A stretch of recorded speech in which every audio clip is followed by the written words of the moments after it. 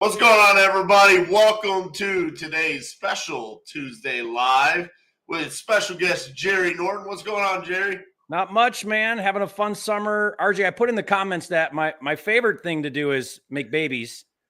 My second favorite thing to do is call sellers with RJ.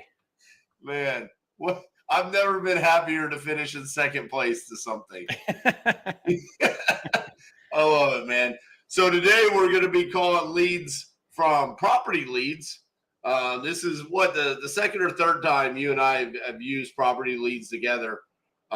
It's always been awesome. PropertyLeads is absolutely crushing inside of TU.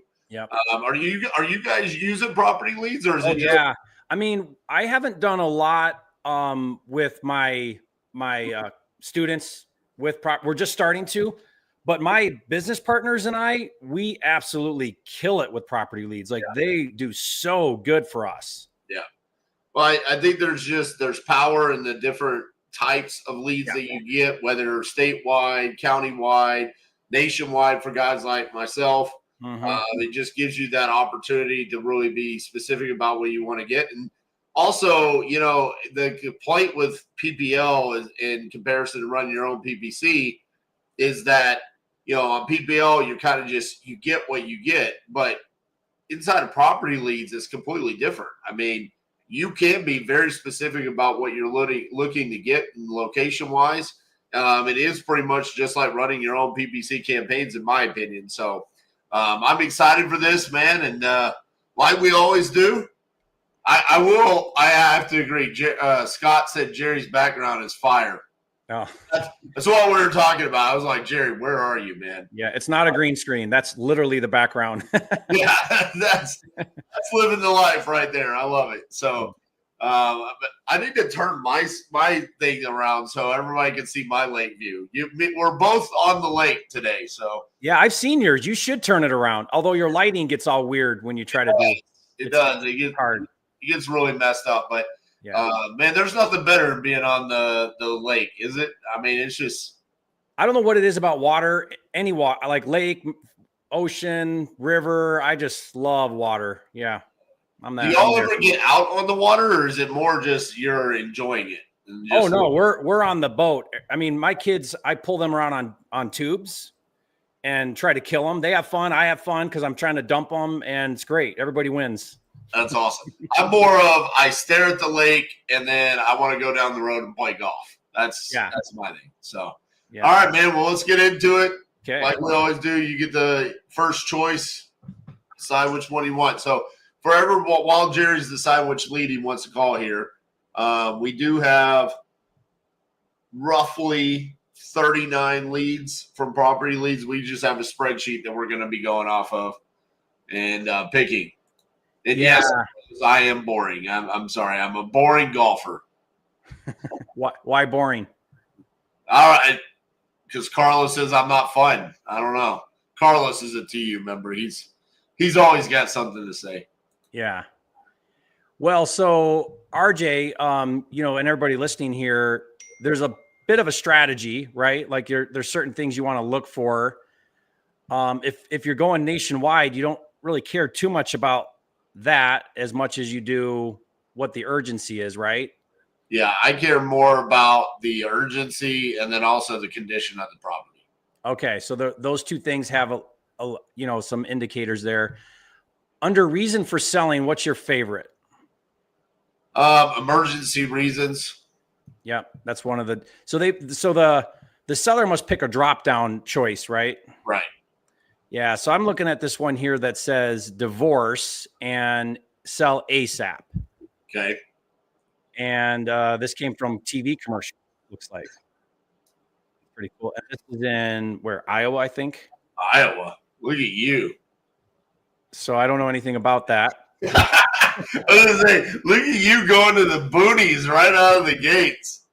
Yeah, let's try it. Okay, so I'm going to put the number in. And let's see if we can get someone on the phone.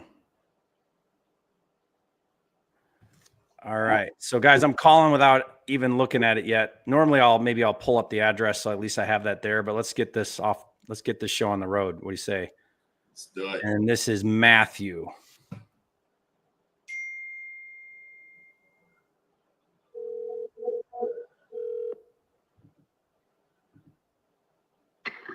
Hello. Yes. Hello. Is this Matthew? Yeah. Hi, Matthew. My name is Jerry Norton.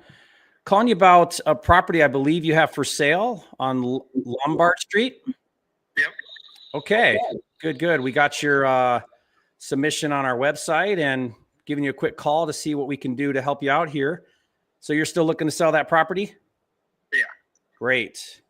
What are you hoping to get for it? I'd like to get close to 200 for it. 200 for it. Yeah. Okay. And what's got you at that number? Well, it's over. That's under what it should be sold for. There's a bunch of houses around me that aren't as big that are over 200,000. Gotcha. So you've done a little homework on value in your neighborhood? Yeah. Okay, good. I'm going to take a look with you if you don't mind here. Stay on with me here. That's fine. That's fine. Okay. Okay, so I've got this here pulled up. 4-bedroom, 2-bath, 2,400 square feet, cute 2-story house. It doesn't say it's 2.5 bath actually. Oh, okay. Looks like you bought this recently. Well, a couple years ago. Yeah, a couple years ago. Okay. Just got it. We redid the bathroom in the basement's redone. Mm-hmm. Bathroom on the main floor is redone. Gotcha. Bathroom upstairs has a new toilet, vanity.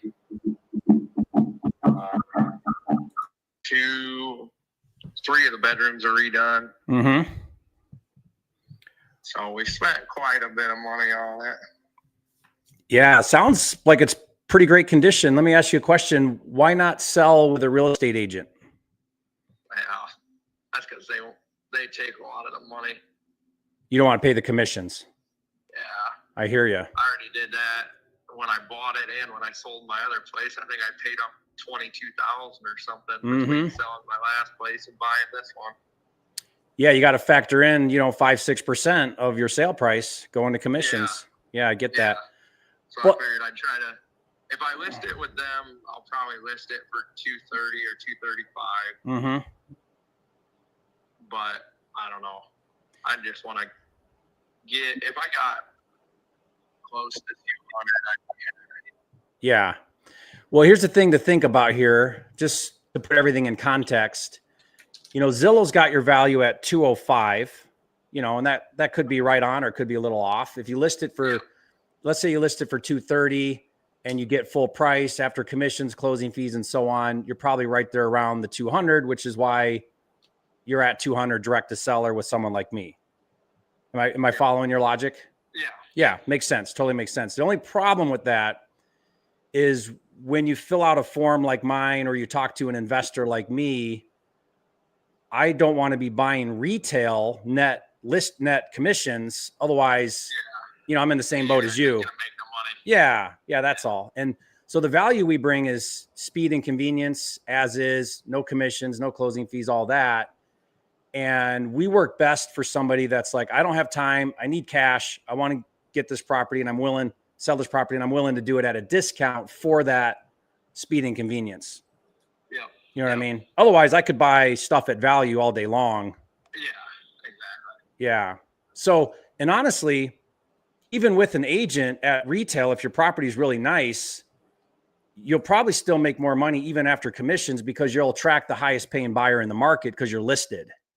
Yeah. So I don't, I get it. You got to weigh the two, but where I would be of value to you and where it would make sense for me is if we're at some sort of a discount off of the current value. Then I come in, I do something to it or I rent it or but I'm buying with equity. Yeah. Yep.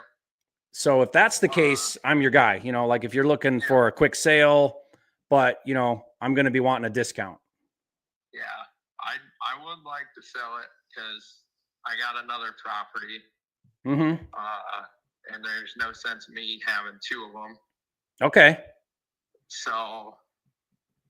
Well, what makes sense where would you be at? Yeah. Where I like to buy on something that's clean like this and I'll just shoot straight with you my formula. Tell me if it works. We can get something done. If not, I get it.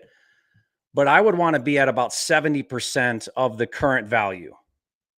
And I would put a lot of weight on Zillow's number. Like, you know, I could double check that with a few other places, but Zillow's getting pretty good at their values.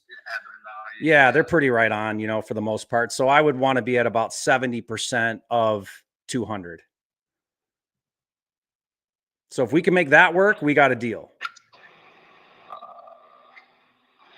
And that, by the way, that's because it's move-in ready and updated. You know, I'm not saying brand new, but it's, if I can move a tenant in that, or if it's mortgageable, you know what I mean? Like if it's a move-in ready condition, then I can buy at 70. If it's not, if I got to dump money into it, then I got to be even lower than that 70.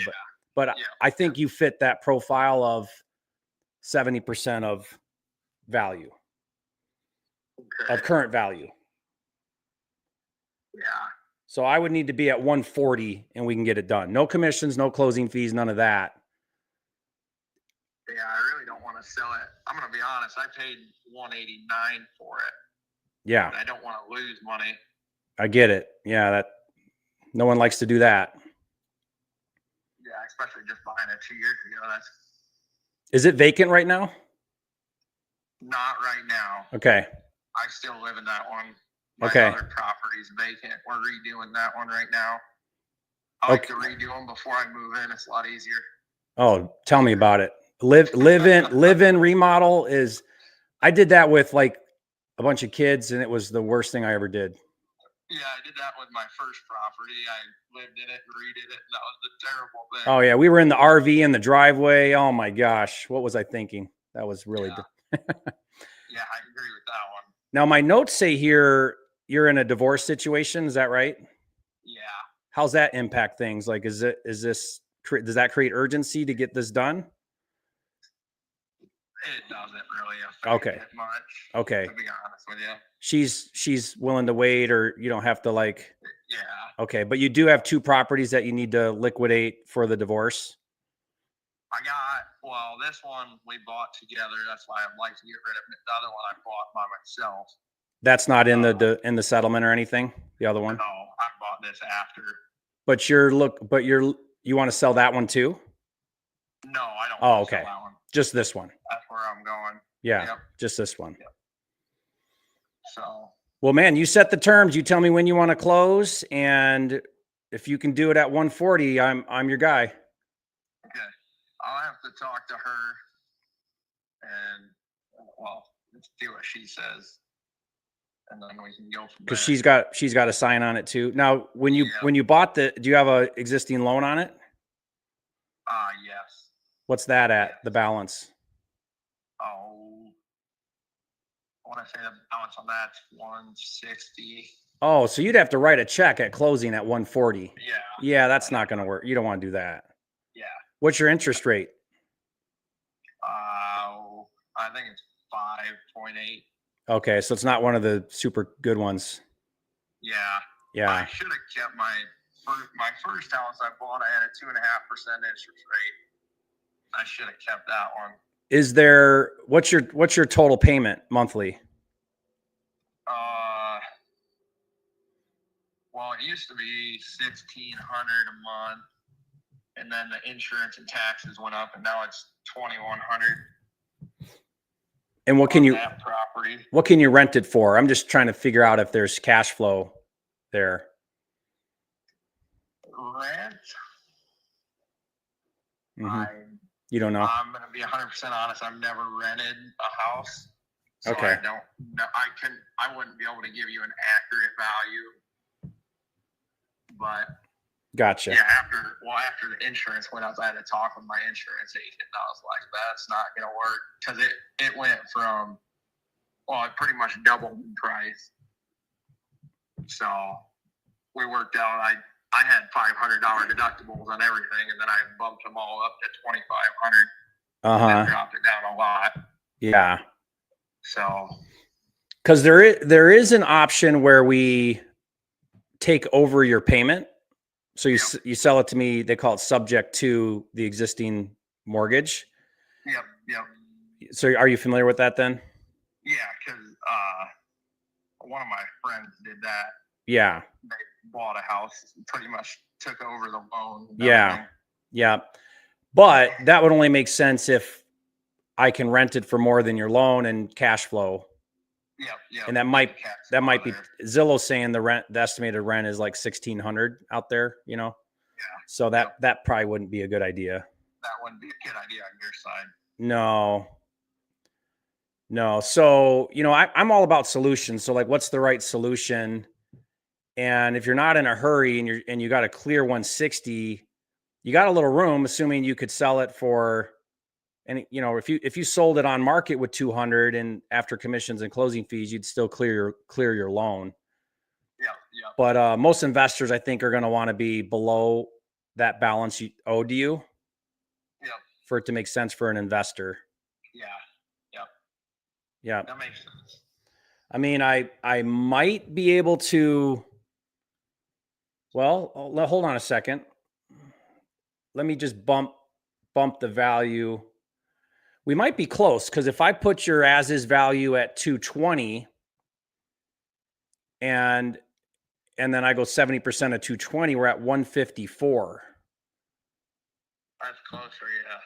Maybe we can. I would have to do a little more. I'd have to feel really good about 220. You know, 200 feels good, but 220, I'd have to feel really good about it. But if I could feel really good about that as the current value as it sits, then I might be able to get a lot closer to that 160 number. But you would basically walk away clearing the loan, which is still a win because now you're not paying that $2,200 payment. Yeah. Is that something? If I could, is that something you're open to?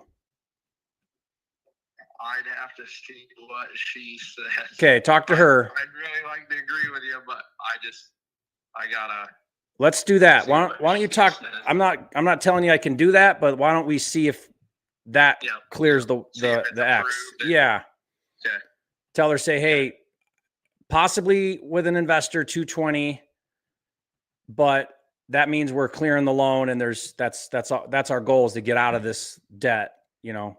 Yeah. And if she's up for that, can you save my number? I'll follow up with you as well. But let's circle back around. I don't want to dig into this much more right now, but if she says yes, then probably what we'll do is we'll put together an agreement. I'll do some due diligence, make sure that number pencils, and then, you know, give me a few days. But then if that clears, then we move forward. Okay. Does that make sense? Yep. That makes sense. So, yeah, that'll work for me. Okay. Thank you, Matthew. Let's do that. You circle back to me. If I don't hear from you, I'll follow up with you. Okay. Sounds good. Awesome. Thanks, buddy. All right, bye. See ya. That was a good call. Thoughts? Feedback? Can you hear me? Yeah. All right. I changed my microphone in the middle of that call. So someone said I was on the wrong microphone, and I was. I thought that was a great call. You know, it was tough. The asking price was high. Comp-wise, we have more square footage than everything. It's always tough. You've got one that's 800 square feet smaller that sold for $215 December of last year. You've got an active that's 200 square feet smaller than you at $215. It's been on the market for 15 days. So, yeah, you know, the coming up to the 154 might be a little bit tough. Mm-hmm. I thought the sub 2 pitch was the right move at the time. Someone asked Novation. I did not pitch Novation. He's not the kind of guy that needs some. I mean, he would just do what I would do if I novated it. Agreed. Yeah. People think that that's a solution. That fits a very narrow box of seller that would be a novation. I personally agree. So, I think that's a pretty typical acquisitions call right there. You know, now just so everybody's clear, if I can buy something in its current as is condition at 70%, those I typically just take down. If it's clean, I take it down and I relist it. I can get 1% listing, and I'll net the difference pretty much like a wholesale fee. Yeah, that's why I did that. Yeah. All right, so I chose a Texas lead, And I chose it purely based off the fact that it said full gut needs everything. Okay. That's what I like. Yeah. Let's see what we can do here.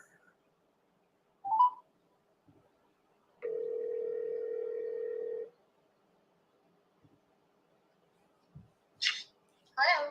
Hi, is Heather there? This is she. Hey, Heather, this is RJ Bates. I'm calling about your property there on Havana Street. Looks like Yes, you had filled out a form about selling that property. Is that correct? Yes. Awesome. How much were you looking to get for it? I would like somewhere around like 55. All right, 55. Tell me a little bit about what you got going on.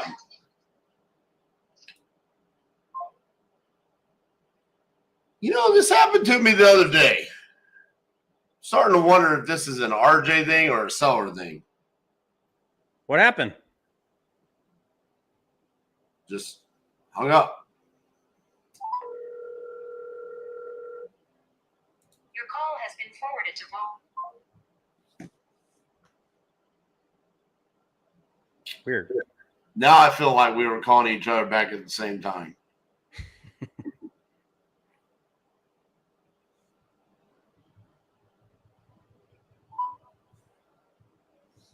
Please leave your message for. Huh. Something happened there. That did not sound like a hang up. I don't want to talk Yeah, to you. no. That either her phone died or we keep calling each other. I'm going to give it a second. So she did say she wanted 50. So this is interesting. She said 55. Mm-hmm. When you hear 55, what do you assume? Low income market. Do you assume 55,000 or 5,500? Oh, 50. I assumed 55,000. I mean, it is 952 square feet. I'm not going to make an assumption here. I'm going to ask her because I would not be shocked if it's actually 5,500. I hope it's 5,500. Do you know where Malakoff, Texas is? Well, I've got it pulled up here, so I'm cheating. Yeah, where the heck is that? It's southeast of DFW.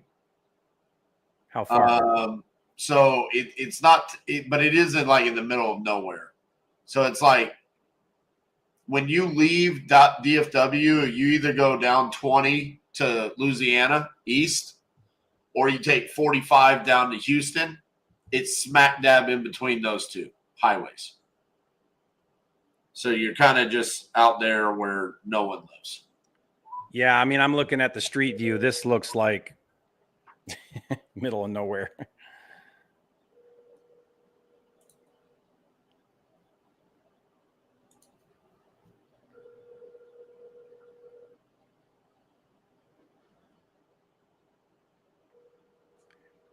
It's 5,500, RJ. Ask me. The Zillow number is 20,000. I know. I saw that. It's 5,500. Please leave your message for. Man, that is weird. She didn't answer and the phone rang the entire time there. RJ, they just bought this a couple months ago.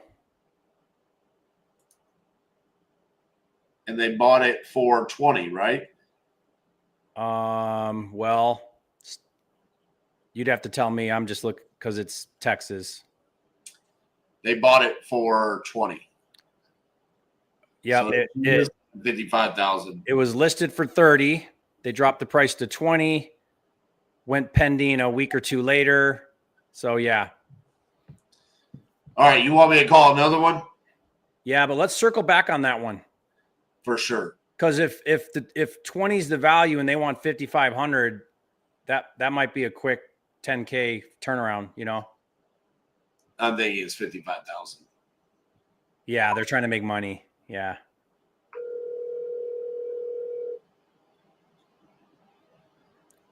Which one you calling? One right above it. Okay, I see it. I see it. Yeah.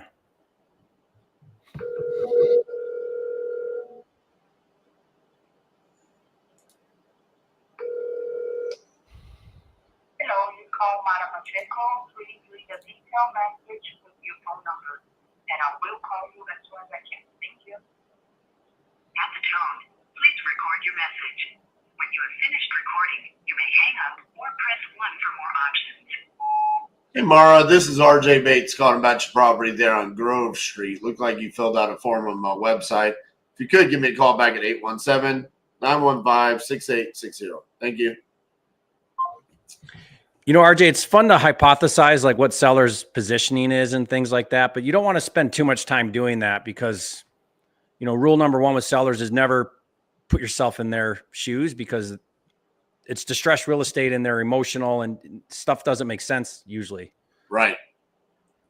We have no idea. I mean, it's just, Yeah. I mean, realistically, we would never even be playing that game, or at least you and I wouldn't be playing that game if she didn't hang up where. Right. Now we're trying to guess what's going on. But it would be pretty dumb, RJ, for her to pay 20. That's the value that it has, and she's trying to sell it for 55. You know what I mean? Like, Yeah, that unless she remodeled it, but she says it is a full gut, needs everything. yeah. Yeah.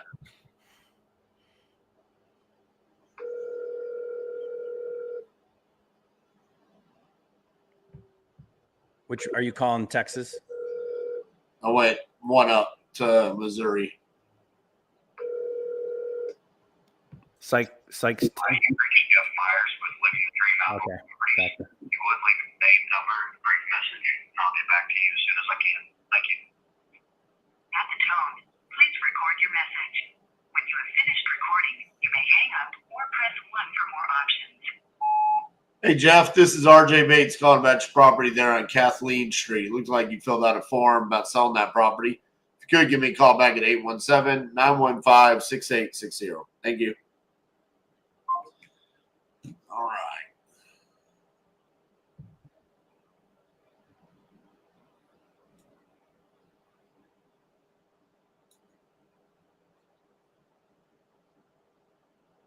One more up. Maybe. Yeah. That one's divorce. What are your thoughts about Pennsylvania right now? Well, I mean, you're taking a big risk with their regulation they have there. Feels like one of the worst, isn't it? It's pretty bad. I mean, the seller has 30 days to cancel the contract. Like, I don't think I would. I don't feel good about locking up deals and the seller can shop me for 30 days. Right.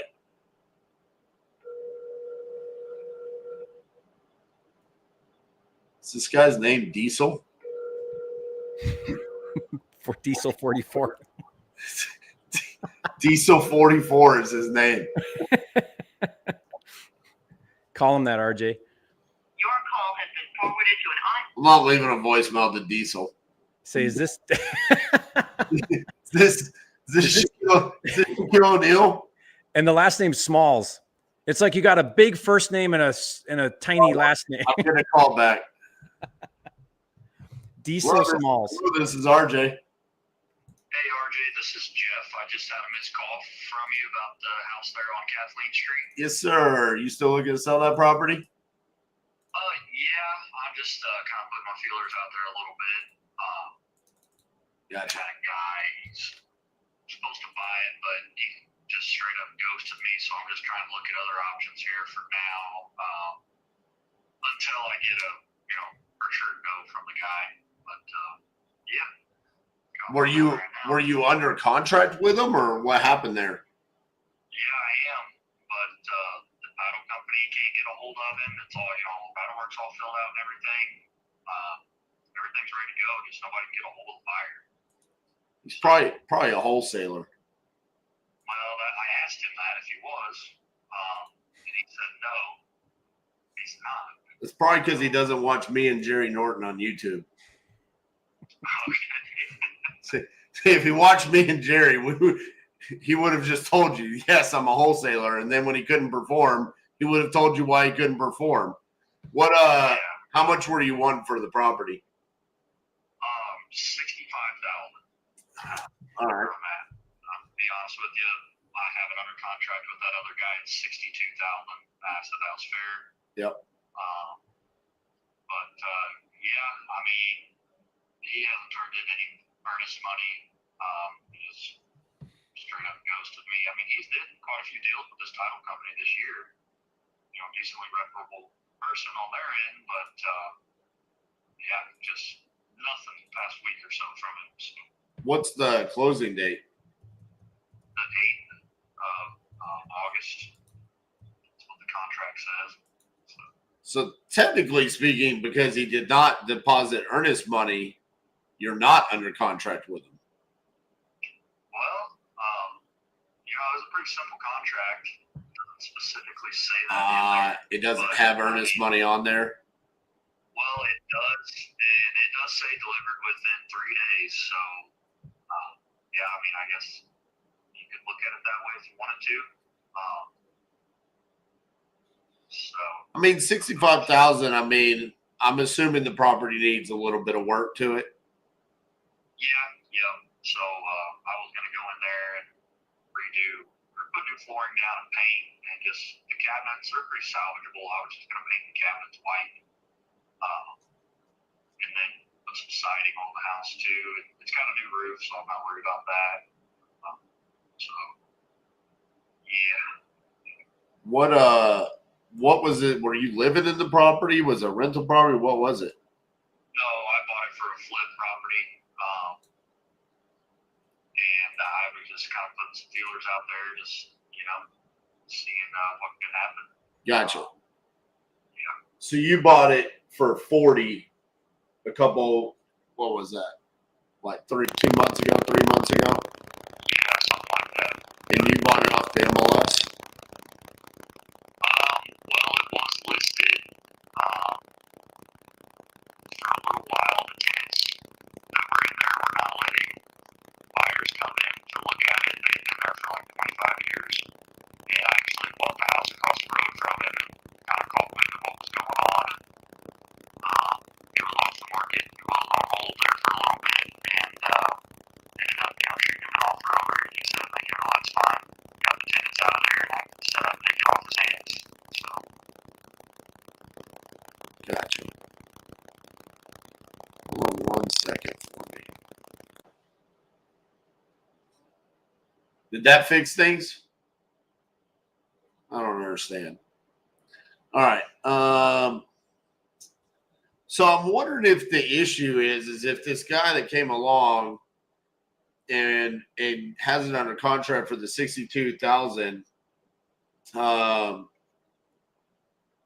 if the issue that he's running into is that it's technically a deal, but what the end buyers are looking at is the fact that this property was purchased like 2 months ago for 40,000, and now they're wondering. I mean, say he has it for 62, he's probably marketing it for 72. yeah. Why would I pay $32,000 more than what you bought it? And he's probably not conveying everything that you just said about the tenants, and you basically had to buy the property sight unseen, right?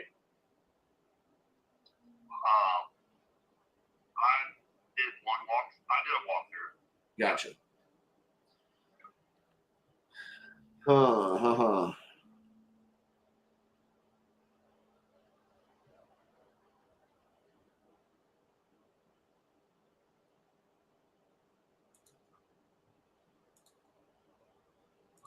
What I had found in that area within about the past year or so, houses have been going for, ones that are decently fixed up for about $106, $107 a square foot. Those are listed on the MLS. Some are going for more than that. Yeah, I know. That's they're a little bit of an outlier.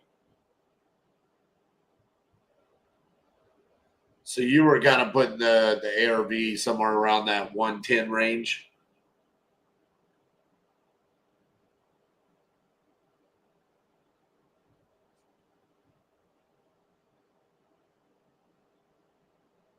You there? Yeah, can you hear me? Yeah. Sorry. Okay, yeah, around 110 is what I was thinking. Yep, after repair. And how much were you going to put into it? I talked to my contractor and stuff. It was going to be around 20,000-30,000 roughly, depending on how much I want to do myself. You know, I was just kind of cut the contractors loose on this one, just let them go ahead and do everything.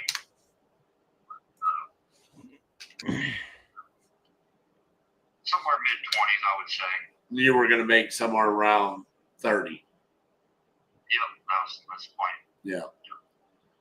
So see, I mean, that makes sense for you to an in buyer if the ARV is 110 and they're coming in and buying in the $60,000 to $70,000 range. Basically, that profit gets chewed up and spit out. And I'm wondering if that's what this other wholesaler is running into. He just can't move the property. He's trying to convince people of a higher ARV, and they're not seeing it. And they're probably also arguing on the amount of rehab. You know, 30 sounds fair to me for a 900 square foot house, but I can see how buyers, once you start trying to convince them that the ARV is 125 or 130 or something like that, and they're saying 150. There's not enough money there for the end buyer at those numbers. You know what I'm saying? Yeah, I got you. I personally just, not that you're asking for my advice, but I'll give it to you anyways. I would move on from that contract. And I would also ask the title company to make sure that they didn't file a memo on the property. What do you mean by that? Memorandum of contract, basically to cloud your title so you can't sell it to anybody else. Oh, I got you. So unfortunately, it's a stain on our industry, but it is common for wholesalers to lock properties up for too much, file a memorandum, cloud your title, and then force the next buyer or you to pay them off to get that memorandum released.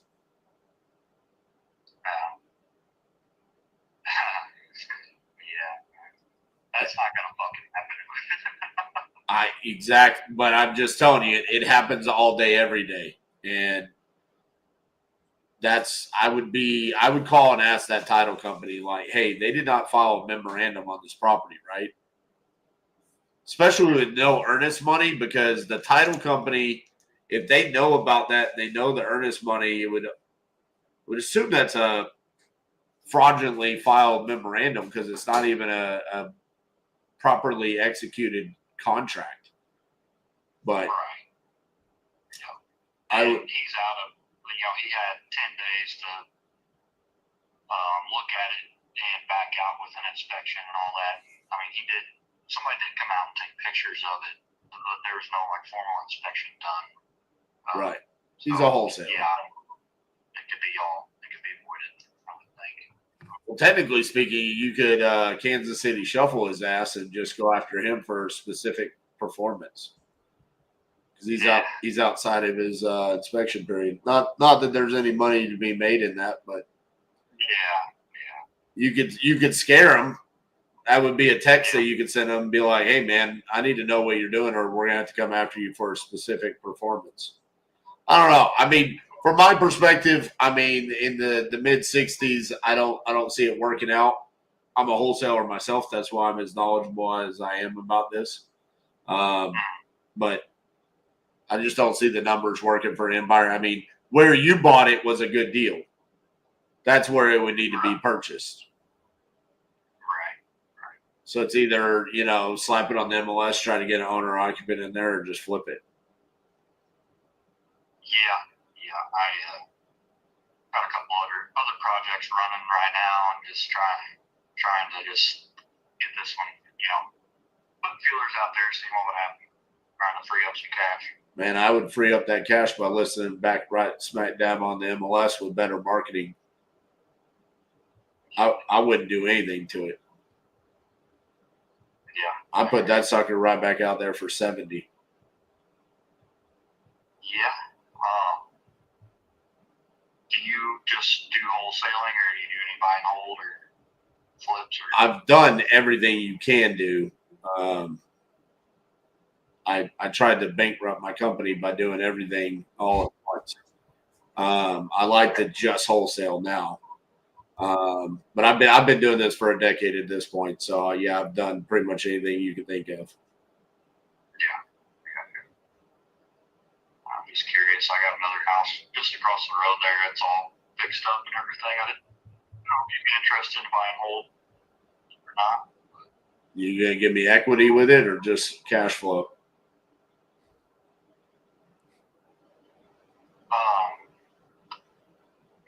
What do you mean there? Well, I gotta have equity. I can't buy it full retail. You know what I'm saying? I would anytime we want to buy rental properties, even if it's a wholesale deal. I mean, I still gotta have equity there to be able to cash out, refi, pull all my cash back out. So I need at least 25% equity on the deal. I got you. No, there's really no equity to be built. Gotcha. Forced equity in it. It's all fixed up and everything. So I mean, I do have it at $96 a square foot. Puts it at $135,000. And based on those other ones selling, around 107. Right. That puts it around 150. Actually, technically 149,800. And then subtract 135 from that. I mean, there's possibly around $15,000 of equity in there. Yeah, that disappears pretty quick with purchase. Getting in there, but I mean, just going back to this other property, man, I think that your best strategy would be to try to get rid of it as quickly as possible. I see quite a few properties on here that are going in that $70,000 to $80,000 range. I'm looking at the For page. sale. What's that? They haven't sold yet. They're on the market right now. No, I'm looking at the sold comps in the past 6 months. Okay. I got you. So I think you could probably fit in that range, and maybe that would alleviate some of the pressure from you. I'm trying to get some of the cash back, Yeah, I hear you. So, but yeah, man, best of luck with that other wholesaler. I'm sorry that happened to you. That's why guys like me and Jerry are out here trying to teach people how to do things the right way so we can save our freaking industry. So. Yeah, I got you. Well, you mind if I save your number? Maybe I can reach out to you again at some point. Absolutely, man. Feel free to call me anytime. Your name is RJ? RJ Bates. Yes, sir. Bates. Okay. All righty. And are you out of Texas? Yeah, Fort Worth, Texas. Yes, sir. Okay. All righty. Well, yeah, sounds good. All right, Jeff. Appreciate you, man. Yep. All right, bye-bye. Guarantee you that wholesaler filed a memo. It's unreal, Jerry. I'm dealing with one right now, RJ. We contracted before the other wholesaler. We have his contract. We have our contract. Ours was first. Seller actually is saying, I never signed that. I don't know how they got that. Maybe that's true. Maybe it's not. They're holding us hostage right now for a $7,500 release. Yep. Full on. And I told him, I said, I called my lawyer. I'm like, I will sue you for the principle of this. I am not giving you $7,500 and you are going to release this and I'm going to expose you on YouTube. Anyway, it's disgusting, RJ. It's happening more and more. I'm running into this probably 1 in 5 right now. Is that person known? I don't know. Cause he's from Miami and this is in North Carolina. So he's a virtual guy. Jerry, what are we gonna do, man? I mean, me and you put out so much content. We talk about how to do things the right way. Is it ever gonna be something that we can fix, or is it just gonna have to be done at the state levels? I mean, the regulation coming out now is memos are illegal. There's like 5 states that have bills that are just blanket, no doing that, no allowed to do that. Right. Which sucks because there is a legitimate right place for the memo. Right. It's being abused and it's just so frustrating that that's happening. Yeah. Well, it's a 28K wholesale. I've got my buyer. We're ready. It's a 28K deal. I could easily pay this guy 75 and still come out 20 some plus, you know, like it's still an awesome deal. But for the life of me, I can't let that guy keep doing that. Right. I just, in good conscience, I cannot sit by and just give him the 7,500. Well, Jerry, let me ask you, like on this deal right here, like on a broader industry-wide level, this property was purchased 2 months ago for $40,000. It's under contract now with a wholesaler for $62,000. What are we doing? No, that's why it's full on fraud. They will lock up whatever price the seller says and then go dark and file a memo.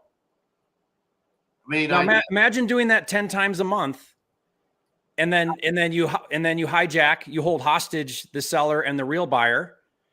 If you get away with it a couple times a month, it's a full on scam. Did you hear his response? What? When I said, about the memo, yeah, he goes, "Well, that's not fucking happening." I'm like, yeah, it happens all day, every day, buddy. Yeah, and title's too afraid to close around it. I told title, hold time and a half in escrow, hold back money in escrow till we resolve it, and they're like checking with their legal to see if they can do that.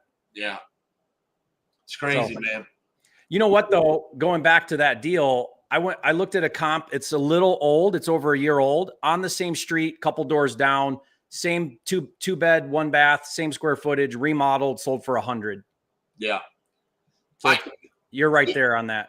I mean, dude, I think he should list that for 70,000 today. Yeah. Yeah, totally. Sam, what's a memo? You don't need to know because you're inside a TU. Better you don't know. It's just you don't need to know. You'll find out the hard way. Yeah, when you find out, it's because someone did something, and then you bring it to me, and I'll deal with it. Dude, we just had this happen inside of TU. One of the guys, he's brand new. This is going to be like one of his first deals. Was going to be his 4th ever deal, but first deal since joining TU. I had to call the other wholesaler and kind of bully him with my name. Yep. Like, dude, like, what are you doing? And we got it resolved and whatnot. But basically, he was like, listen, it's a company-wide thing that every single deal we get, we file a memo. I used to do it too, but not anymore. It's you have a target. If you're filing memos, RJ, this is my belief. Now, people can do what they want. Even legit wholesalers, don't file memos. You will have a target on your back. Yeah. Litigators are going to be all over that one. Have I ever had someone in TU file a memo on the same deal your company was working on? Absolutely not, because we don't file memos inside of TU. If they do, it's not to the standard that me and Cassie want. Listen, Cassie has been the one for years where it's like, don't file memorandums. Honestly, RJ, if you're doing things right with sellers, you should have no reason to file a memo because a seller's not going to go behind your back unless you're not communicating effectively with them and they think you went dark and they re-contract with someone else. Every now and then a seller will backdoor you, but that's really not, that's a very rare situation. And the other part of that is, Jerry, we should have inside of our businesses an assumption that a certain amount of deals are not going to make it to the closing table because of things like that. Yeah. Like it's just going to happen, but to the degree of filing memorandums and doing all this, like you said, you're putting a target on your back. And if a seller changes their mind and doesn't want to close, let them go. Move on, guys. Right. Don't force a seller with a memo. What are you doing? Yeah. Like, why? We're supposed to solve a problem, not be the problem. Yeah, because they're elderly and they change their mind. Just let them go. Right. It's not worth it. All right. Okay, I'm going to call this one towards the bottom in Alabama. Alabama. It's tired landlord. Not non-performing tenant, I guess.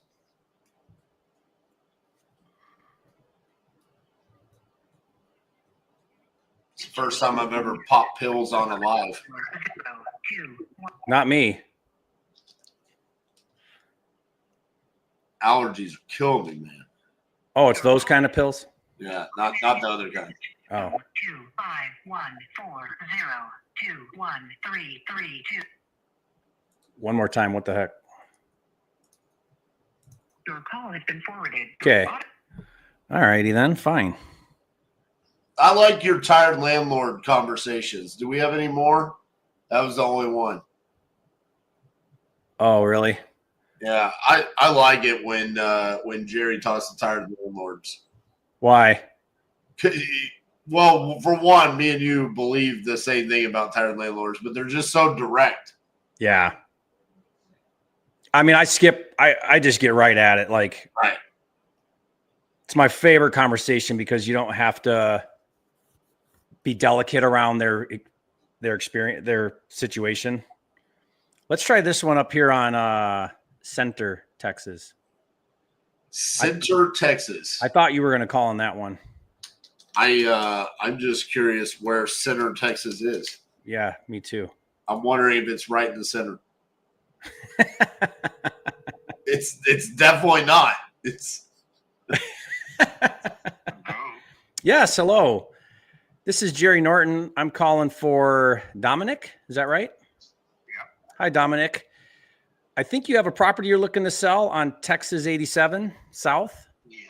Great. You filled out a form on our website calling you about that. So you're still looking to sell that? Yeah. Okay.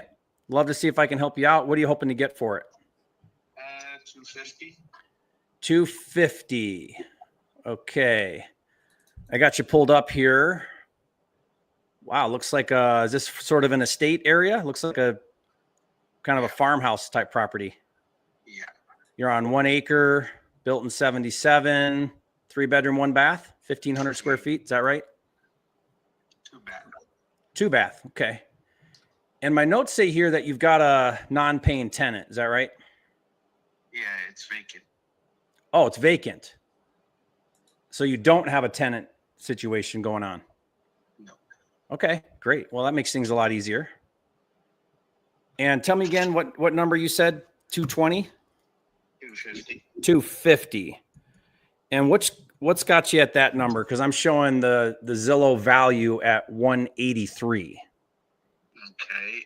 The Zillow value next door to that house Uh-huh. just went for 450. Okay. And how comparable is it? None, because mine is a log cabin and his just a regular 1,1800 square foot home. Okay. Let me see if I might not be looking at the right property here. Hold on. Let me just double check. I might have told you wrong there. Hold on a second. I do this 100 times a day, so I got like 20 windows open on my screen. Give me 1 second here. Sorry. Okay. Well,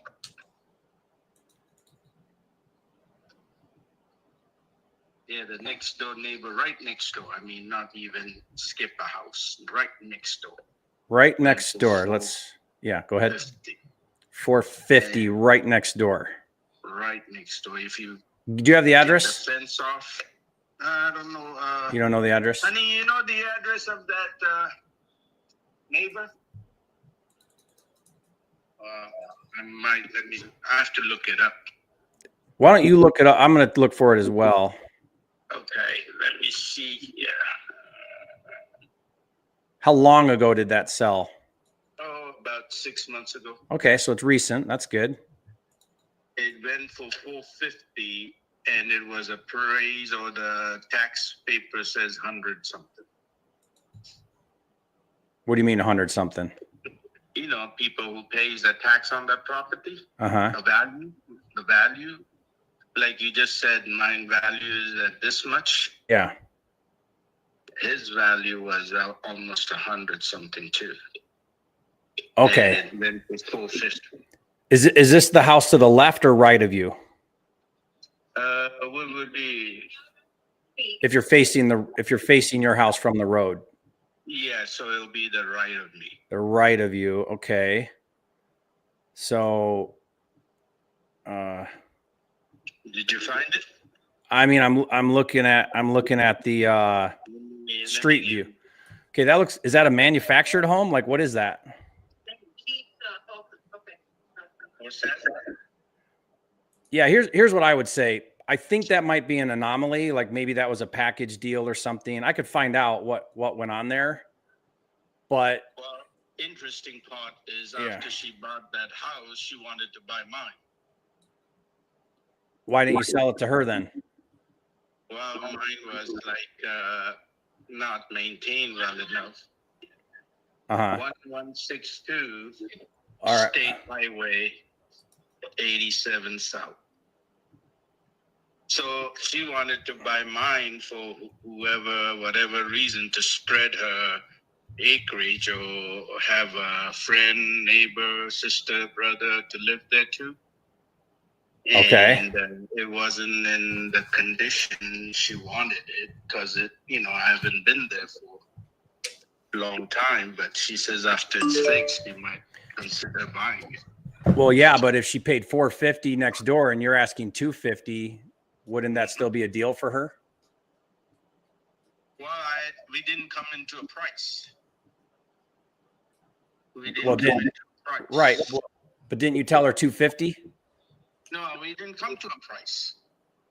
Okay. Well, then, Understanding, we didn't talk about a price. okay. I guess I'm not following how that didn't go through then if you didn't do a price. Like why? Well, I went over there to show it to her. Okay. And she looked at that condition. She says she wanted it all fixed. She didn't have Okay. time to fix it. Gotcha. All right. Let me see if I can get my head around this. Okay. Like the house she bought next door, it was all, move-in ready. Yeah. And that's what she wanted, is a move-in ready. I mean, I'm looking at Center, Texas. I'm looking at a broad stroke view, and most homes are selling in the hundreds. There's a few in the 200s.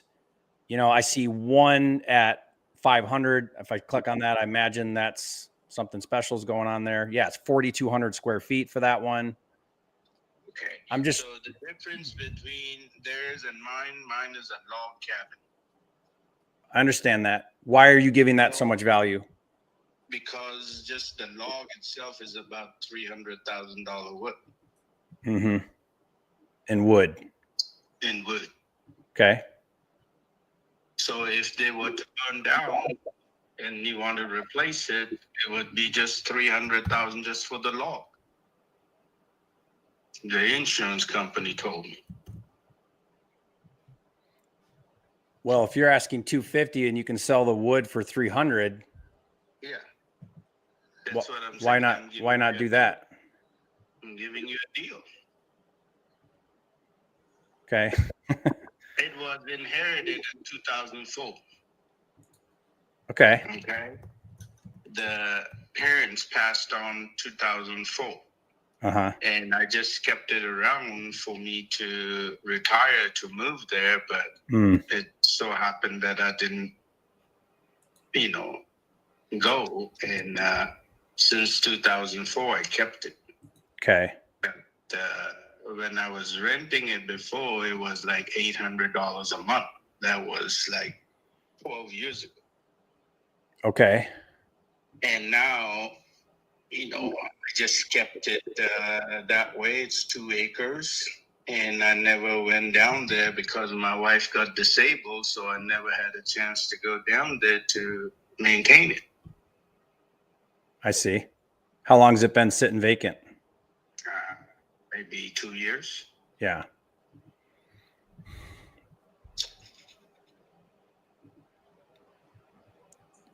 But there's a whole bunch of calls coming, and I'm just tired of answering. Well, yeah. I think because you're having a hard time getting people to see what you're seeing. Yeah. You know what I mean? Whatever. If it's, I'm just putting it out there. It's not like I put a realtor on it to sell it. It's been, like I said, 20 years that I just maintained it. Yeah. Ever since. So I'm thinking maybe I'll just go ahead and sell it.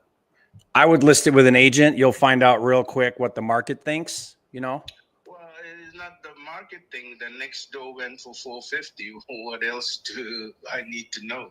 Well, is there another buyer that acre. is there another buyer that will pay that? Is what you need to find out. Well, I don't know, but I mean, I'm looking at next door. Adams Street, 2,000 square feet. This is new construction, really nice property, you know, and it's for sale for $319. But this is like over the top nice. Okay. So does it have 2 acres? I mean, it's brick, it's attached garage, high ceilings. Does it have 2 acres I'm looking. within the country? No, it's half an acre. But That's what I'm saying. It's not even in the country. See, mine is in the country, and the city is right next door. right. So in Okay. the country, you can do hunting right Yeah. there. You can get out there and shoot your gun, and you're legal. Yeah. It's like Okay. a hunting cabin. You know, people Yeah. go out there and they go hunting. They Mhm. rent a cabin or whatnot. Yeah. All right. Well, this doesn't look like something I'd be interested in at that price. Okay. Yeah. That's fine. Yep. But I wish you all the best. Okay. Okay. Thank you, sir. Talk to you soon. Bye. I don't know how to reason with that. Jerry, you were so nice. Normally you're like, no, I'm out of here. I was like the most patient I've ever seen you with like an unreasonable price. I was trying to give him the benefit of the doubt. Like, is there something here that I'm just not seeing? I just couldn't get to it though. I honestly, I have no idea what that man was talking about. I was looking up everything and I was just like, Yeah. I will offer you a solid $45,000. Yeah. All right. I am going to call a Utah lead Oh yeah. I know how much you love Utah. because Utah is the bane of my existence. Yeah. Face your fears, RJ. That's what I'm doing right now.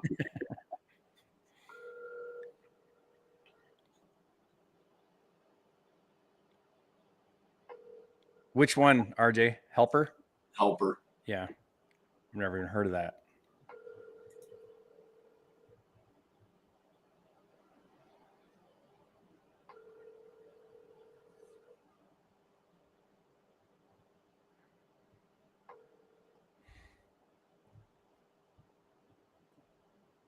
Hi, this is Steve. I can't come to the phone right now. Leave me a short message after the tone. I'll get back to you. Hey, Steve, this is RJ Bates calling about your property on Spring Canyon. Looked like you filled out a form on my website about selling that property. If you could, give me a call back, 817-915-6860. Thank you. Man, I wanted that one.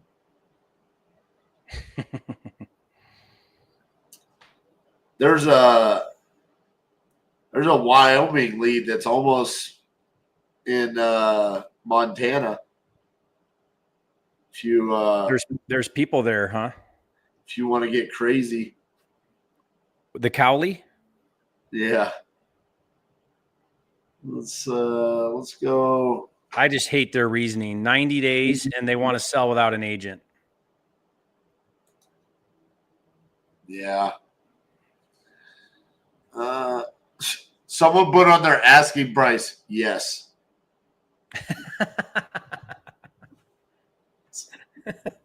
It's good. I mean, they're not wrong. Yeah. Yes. All right, here we go. Take me to one of my favorite states, Illinois. Illinois' money, man. Illinois is good. It's always good.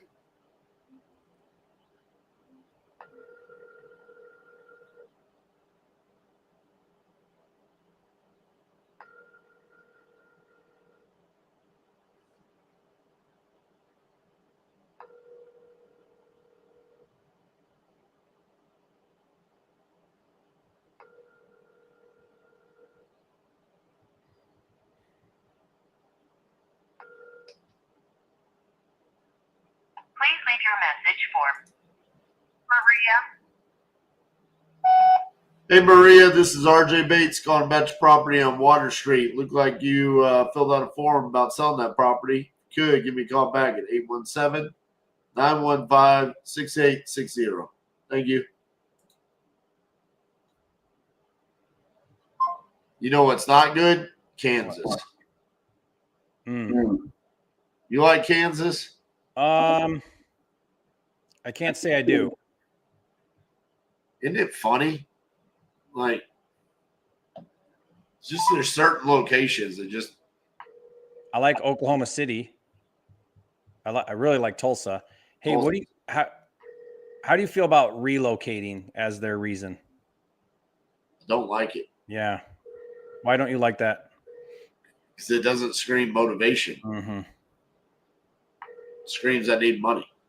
Your call has been forwarded to Come on.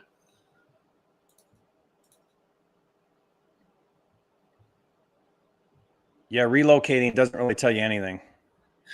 No, I mean, isn't everybody relocating that sells? I know. It's like all right, well, now really tell me what's going on. Yeah.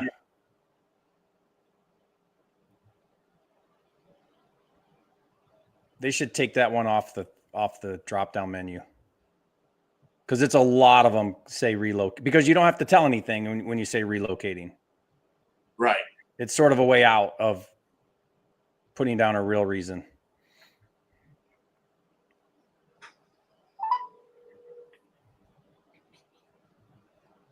Thanks for getting rid of all the crappy ones for me, RJ. You're welcome. Boy, you just jinxed the shit out of me on that one. That's all on you right That there. was below the belt. Sorry. Yeah. I take it back. I take it back.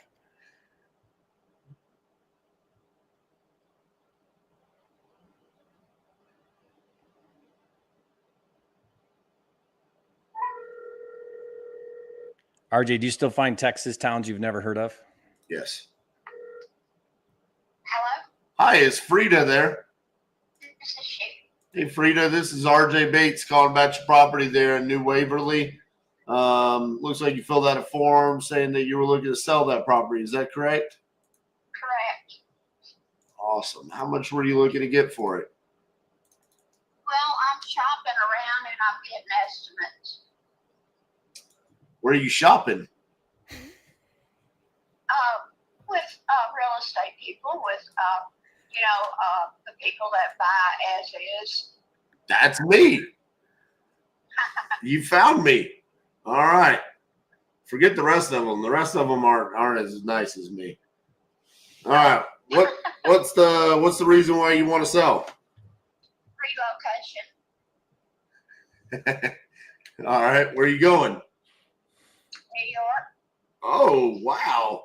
It's not often we hear people from Texas going to New York. It's normally the opposite way. I know. I know, and I would prefer it that way. But I have a fiance in New York that he's situated in New York, so he wants me to come there. All right. Well, what's the time frame and you want to get up to New York? Well, I'd like to sell within 90 days. 90 days. All right. Uh-huh. Now, you said you want to talk to a bunch of us as is investor types. Right, yeah. Why is that? Well, I'm shopping. Well, I mean, why do you want to talk to the as is? Does that mean there's something wrong with the property? Well, it's just need here, and I need a lot of help. So and this place needs some cosmetic and a little bit of repair probably, and so I just don't think I can do all this by myself. Understood. Well, let me ask you another way. I asked you one way. If you could get all of your hopes and dreams, what would that look like? 90 days, you move to New York, how much money in your bank account? Well, I still owe 30,000 on this place, Okay. and so I've got to get above. I want to get way above that, and as much as I can possibly get. Of course, anybody would. So we got to pay the 30,000 off and put some money in your pocket. Yeah, I'm on 1 acre, and it's a small house, 2-1. They had to take the back porch off and the front porch off. I had some work done with septic, and they had to empty it out, and after 25 years, I was here 25 years, and I never did have it emptied. So we didn't know where it was, so we found it under the back porch, and that's taken care of. And I have a beam, a temporary pier beam on the front, and they had to remove the front porch to get to that. And they've got a temporary one in there, and they said they were coming back to do a better one. So some of the siding is off too. So, and the kitchen floor needs the surface replaced. My son put that, it looks like wooden floors, but it's not the real planks. Right. Yes. So he put that on, and I spilled too much water in the kitchen, so it kind of ate that up a little bit. Quite a bit. So that needs replacing or something.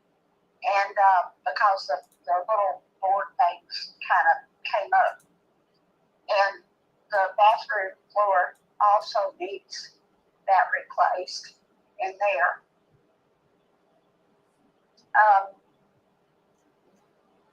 It doesn't have central air and central heat. That old air conditioner stopped running. So I've got a Wendy unit in the living room, and I bought a smart heater in the living room also. Okay. And the acreage in the back is wooded and with undergrowth. So I got trees all over. You got trees. All right. And it's right on the highway. There's neighborhoods. There's brand new neighborhoods. They're clearing all the land, or too much of the land, I think. And they're putting brand new neighborhoods. We got a lot of brand new houses out here, and we've got some new stores out here. So I'm 2 doors up. You looking this up? No. I can't. New Dollar General, got trees. All right. And down on the corner is they have a brand new, real big service station, and they have one service station that's in store that's been here for years. It's smaller than the new big one, but it's getting civilized out here. I'm in the forest, and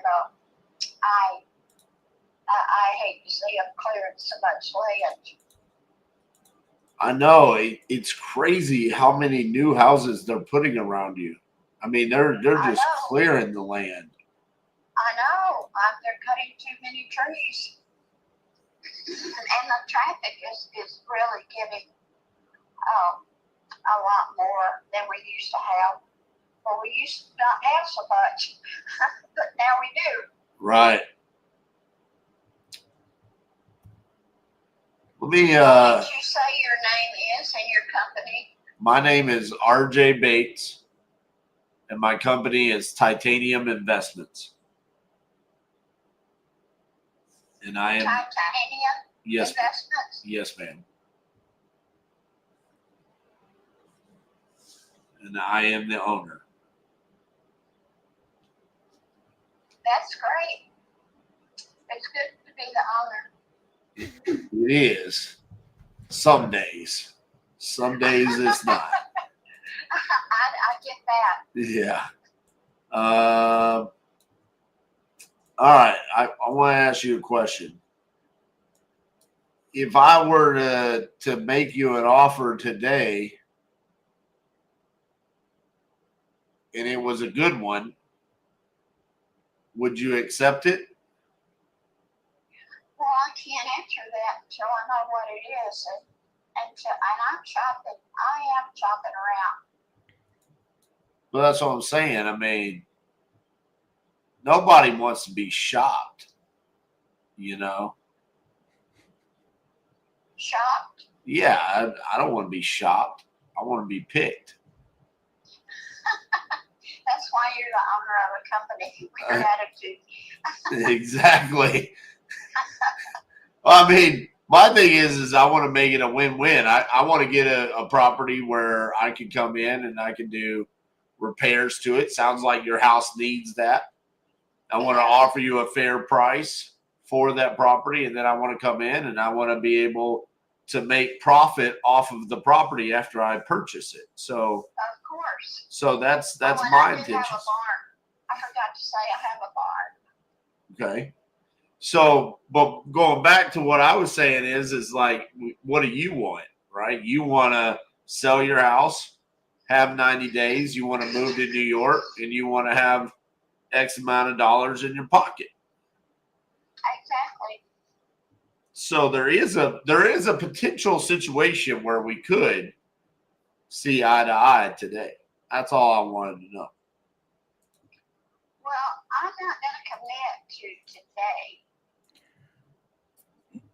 So the issue with that is then you want me to give you a number, and then you're going to go call all my competitors, and then I got to just wait and hope you choose me.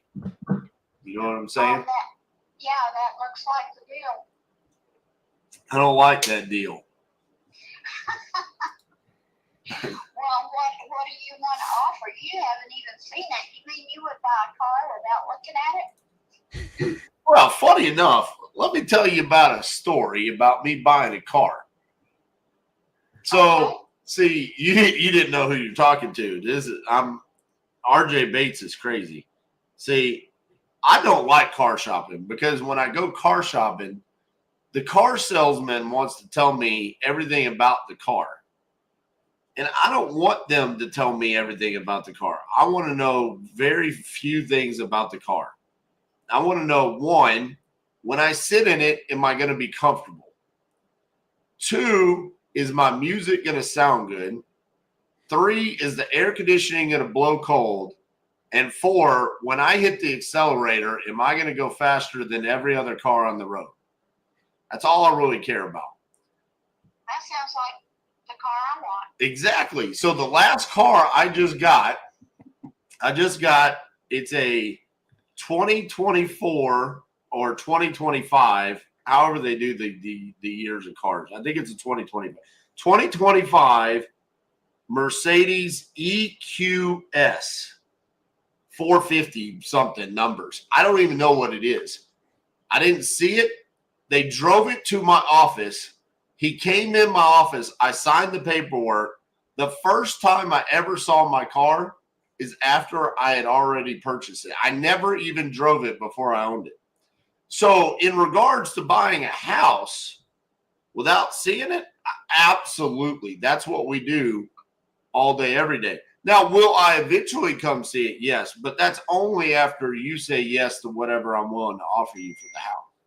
But see, I don't like to make offers on houses either, Freda, because see, if I make you an offer today, here's the thing.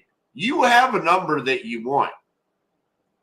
I can promise you there is absolutely no way in the world that I'm going to offer you more than whatever that number is. Because if you don't tell me what you want, I have to go ultra conservative and just say, here's my number. What do you think? And then you're going to say, I don't like it. And I want you to like me. See, it's like the car salesman. See, the car salesman, he wants to sell me on all the stuff. And I don't care about the stuff. He wants to tell me about what kind of car it is and the engine. And I'm like, does it go vroom, vroom? That's what I care about, sir.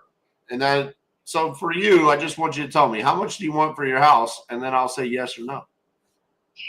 Well, I can't tell you because I'm an amateur at this, and I'm not going to jump into a fire without knowing what I'm doing.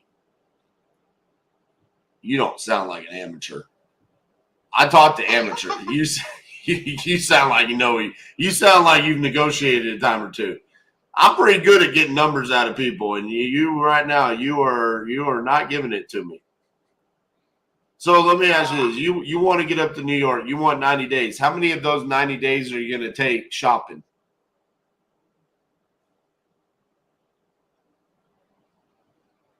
Well, I don't know. What do you mean? Well, I'm not going to be shopping every day. I see. How many people are you going to shop with? I don't know. I do have a list. You have a I've list? talked to some of them. A list, yeah. I've talked to some of them already, but nobody's given me a number yet. Probably because you haven't given them a number. Well, no, I haven't given them a number. You should start playing the game differently. This is how you should do it, Freda. You should call up people and say, my name's Freda. I want to sell my house. And I want $150,000 for my house.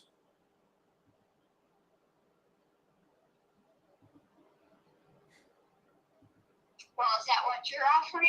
Absolutely not. I already told you I'm going to be super conservative. You owe 30 and I'm going to offer you 35,000.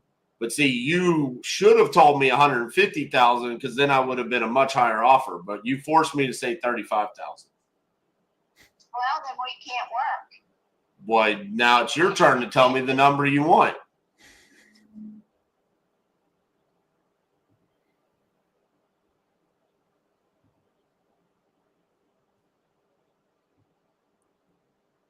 What about 180,000? 180?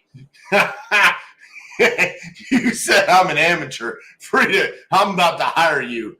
You are not an amateur. You are an expert. He said 150. I'm going to go 180. That was amazing. No, I don't think I can do 180. It's just mainly because of these new builds that are going on around you. You've got new builds that are going on surrounding your area with more land for like in the 2s and 3s. And your property needs quite a bit of work there. So there's a potential that we can put a little bit of money in your pocket. It's not going to be significant. I mean, that's. Well, I don't want just a little bit of money in my pocket. How much money do you need? Money. What is big money? Big money is different to everybody. Well, what about 150,000? In your pocket? No, no. That's 120 in your pocket because you said you owe 30, right? I mean, I just don't think the property's worth that much. Well, it's probably not, but you told me to give you a number. Any number. Well, I know, but now we pulled the sheets back. Now it's time to talk real business. Like we got to get down to it. I mean, what's like the real number that you need to go to New York with? Well, I want to call him and talk to him. The boyfriend? Yes. All right. A fiance. All right. Call the fiance, see what he thinks. But realistically, I mean, I think for me personally, I mean, it would be well below $100,000. How well? I mean, talk to the fiance, see what he thinks. But I think y'all really need to come to have a come to Jesus meeting about how much money do we need in our pocket on top of the 30,000. That's what I would be focused on. He's buying a 2-story house there, not too far from New York City. So every bit counts. Yeah. Toward that. Right, but it has to make sense to the buyer as well, right? It can't just be about your needs. It has to be about the needs, and then also the realization of what you actually own. Yeah, it has to make sense. I agree. Yeah, because your property was built what, in the 1970s? Yes, I believe so. Yeah. 1970s. It's small. It's on a busy road. It's got an acre, but there's more land out there. So it's just got to make sense. It's going to turn commercial. Your property? I've got I have a neighbor on both sides of me, and if they sell, then that's going to be quite a chunk if they could put it together. But I have no idea what their plans are. Yeah, but I mean, again, from an investor standpoint, we can't buy based off of speculation. We have to buy based off the facts that exist. Yeah. True. So, we'll talk to your fiance and see what he says, and then you've got my phone number. Feel free to call me back, okay? Well, I don't have it. Well, it's on my phone, okay? Yes, ma'am. All right. All right, Freda. Thank you so much. Mr. Bates. You're welcome. All right. Bye-bye. Well, that was fun. Not very fruitful. That was my favorite. That was my favorite seller of all time. She was so sharp. She was pretty spicy there. I have to hand it to her. When she came back with the 180, that was shocking. Well, you're the owner. Yep. That was good. I just love, RJ, that you have fun with this. Guys, if you're not having fun doing this, then it's all stress. It's all high pressure that you put on yourself. And, what a great way too, RJ, to practice, a seller that's being difficult. That's a great opportunity to practice how you would overcome objections. Yep. Try things out, challenge things. You did some really creative things to try to get her to loosen up and get real. And Jerry, you talked about it, have fun or it would be stress and all this. I say this all the time to people inside of TU and on my YouTube videos and stuff. Guys, we have a certain expectation that these leads are not closable. So on some of these, it's just like, oh, well, this was one of the 9 that I wasn't going to close. Like, I'm just going to have fun during this moment and see if suddenly Freda frees up and gives me a great number. I was hoping she would say something like 50 or 60. Then we would have a conversation. Yeah. It never came out. Yeah. And you gave her great advice, which is you better start getting numbers or you're just going to be wasting your time. Well, she needs to start throwing out a number. That's what I mean. Yeah. I tried comping that. That's a weird one. I mean, it's high acreage over there. She's on a busy road. It's under 1,000 square feet. She doesn't have a lot to demand on that one, No, she doesn't. I'm going to call a weird one here. Probably the worst one on the whole list. Wyoming? Well, second worst one on the whole list. West Virginia. No, it's where is this? It's not that. It says that it's listed with an agent. Oh, so it is the worst one. But it's a buddy, and it's a big one. It's listed at 5.7 million. Oh, buddy. Yeah. So this will be fun. Let's see if they'll answer.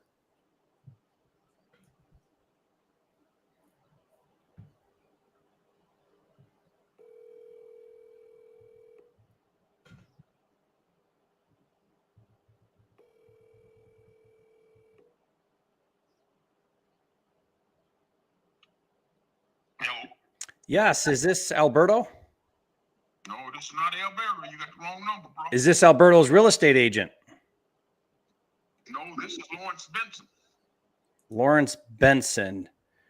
Yes, sir. Do you have a listing on a 100-acre farm in Huntsville? Yes, sir. Okay. You're the one I want to talk to then. I didn't know if this number was the seller or the agent. I'm the seller. Okay. So you're the seller. Yes, sir. Oh, okay. Well, then you are the one I want to talk to. Yes, sir. Gotcha. You had filled out a form on our website about this property on Farm to Market. 377 FM 3179. Yep. That one. That's a big boy, huh? That's a big boy. Tell me what you want to do here. You got this listed at 5.7 million. Big giant brick home on a close to 100-acre farm. Right. What's the agent's just your buddy helping you out kind of thing? Well, my friend, she talked me into listing it. I got counsel. And while I was in the hospital, I tried to sell it, and the fellow was going back. He went back to Morocco, run over a landmine, blowed himself up, and his wife and all. His nephew called me back and told me they couldn't buy it. So she said, well, let me list it for you. Wait a minute. Did you just say the buyer was unable to purchase because they blew themselves up in a landmine? Yes, in Iraq. Man, I've heard it all, Alberto. Lawrence. Alberto. I've heard. Say Benson. Okay. Yeah. I've heard it all, Lawrence. I've never heard that one. That's wild. You ever been? No, I guess that would be normal if you were in the military. I'm a Vietnam vet. Okay, so it's normal for you. Disabled vet. Yeah. I was in Vietnam War. I was there in 66 to off and on to 68. I can beat you though. I once did a deal in Colorado where there was a severed head, no lie, severed head and hands, chopped off a human head and hands in the freezer in the basement.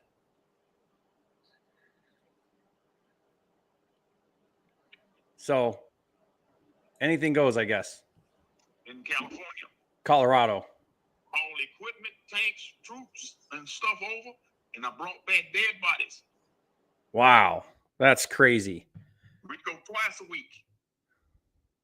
So you've seen it all. I've seen it all.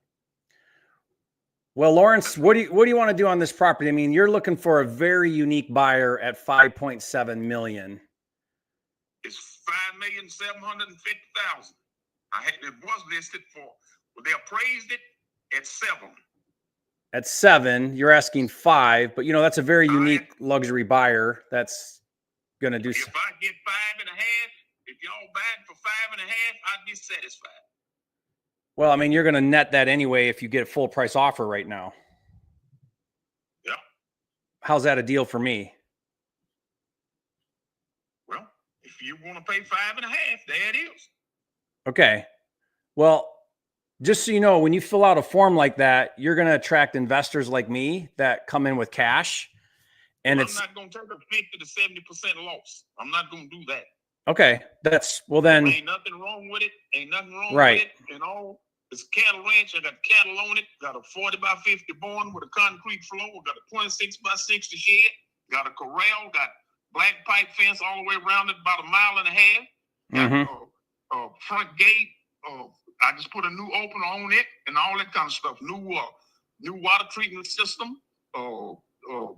The hogs tore up the damn shrubbery and the yard, and I've been redoing it, and I ain't got it exactly like I wanted, but it looks a lot better. But we got problem with wild hogs. They caught 26 here for the week, and all in the suckers are still coming. But we got a lot of rain, so they stand in the woods. But when it turns dry, the hogs come out. Yeah. But anyway, I let my friend list it for me, and she checked it out and everything. Okay. So I tell you what, so let's put it on the market. Okay. $6 million. I said, all right. After about from February when she listed it to, I'm gonna say April or May, we had 3 people come look at it. They liked it. One lady, it was too big for them. Another one come from Tennessee, said my neighbors were too close and she didn't like the chickens coming over here. So I told him, okay. And another one, he called me out of Tennessee and told me that him and his wife drove by her, visiting some relatives, and they wanted to come look at it. And as soon as they got a chance, they was going to come back and look at it. I told them, okay. And people like all have been calling me to buy it, make me an offer, you know. And I said, fine, make me an offer. Okay. And matter of fact, 2 has called me today, one from Las Vegas and one from, what was the other one from? But anyway, make me an offer, you know, and get with Michelle, my realtor. She understands, and if you all want to make me an offer and all, Okay. Okay. Can work out something. Well, I'm that guy that would be at, 40% below value discount buyer. That's me. Oh no. I'm the guy you apparently don't want to talk to. So, but I would keep doing what you're doing. You got it listed. You got great pictures. It's an awesome property. Just be patient. You'll get a buyer. It might even be an out-of-state buyer because this is a unique. I mean, buyers for this are looking all over the U.S. for something like this. Well, yeah, it's for sale. Yeah, it's for sale. Okay, if something changes and you want cash fast and close quickly, that's where I would be a good fit. Well, it won't be 60 or 70%. Okay, I'm just saying and that's who you're gonna. That's what you're gonna get if you fill out forms online for this. That's who you're gonna. Just so you know. Okay. All right. Best of luck. Okay. Talk to you soon. Bye. Yeah, you never know. We're getting some characters today, aren't we?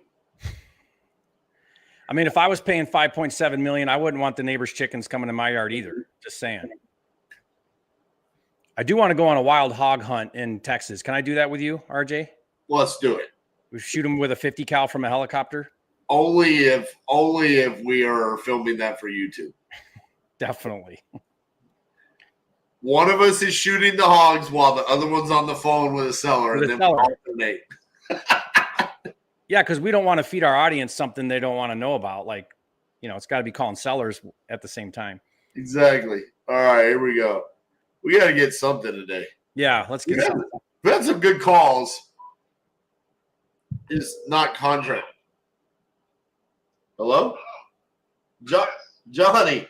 This is RJ Bates calling about your property there on West 4th Street. Okay, talk to me. Want to buy it? Let's get it done. Man, you're the guy I've been wanting to talk to all day today. You answered on the first ring like it was instantaneous, and you're like, let's. You know what? I got some shit going on right now, guy. You have no fucking idea. All right. Right now, all I want is to get something done right because I got people that owe me a lot of damn money, and I'm trying to hunt these sons of bitches down and get my money. All right. Well, I got people out in Chicago right now. I got people out in Texas right now. I got people out in Mexicali right now. So yeah, I'm a little pissed off, a little hot. Now, the flip side of that point, I need to sell my house. All right. So I'm ready to go. How much you want for it? I want to tell you about it. I have a 3-bedroom house, 2 bathrooms. I replaced the central air, HVAC unit. I did a hot water heater. I covered this disposal. I'm gonna leave my washer and dryer there. Maybe, yeah, I think it will. I put a 12 by 25 storage shed in the back on the side of my house. I'm leaving that there. I just paid $4,500 for that damn thing. But here's the thing. The reason I'm selling it is because my wife passed away. This house is too big for me. Remodeled the bathroom, kitchen. It's got Brazilian tiger wood, flooring. I did the upstairs. I put new flooring up there, repainted it. Everything is white, like realtors want. I don't know why that's fucking gross, but.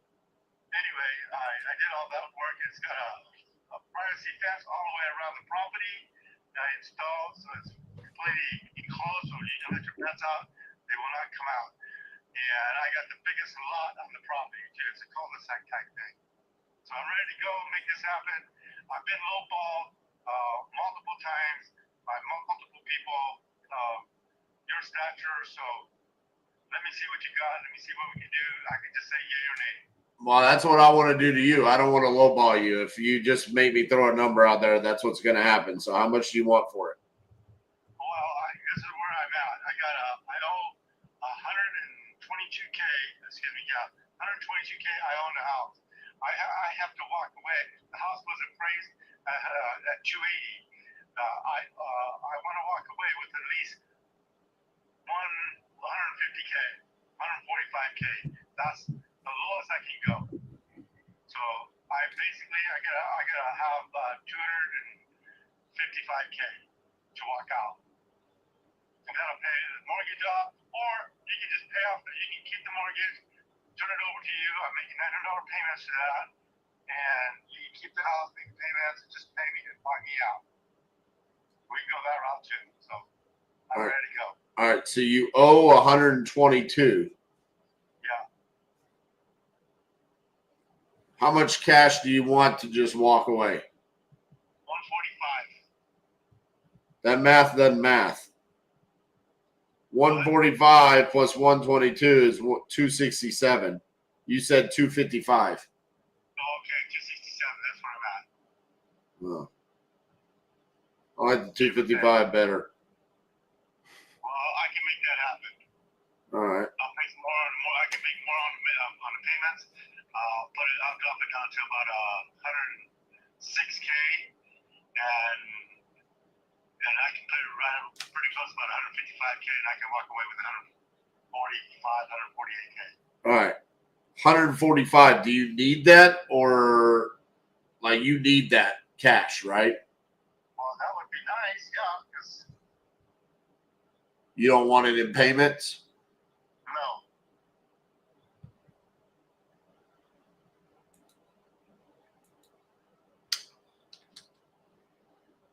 How low are the low ball offers? No. 225, 206, 230, 234, 238.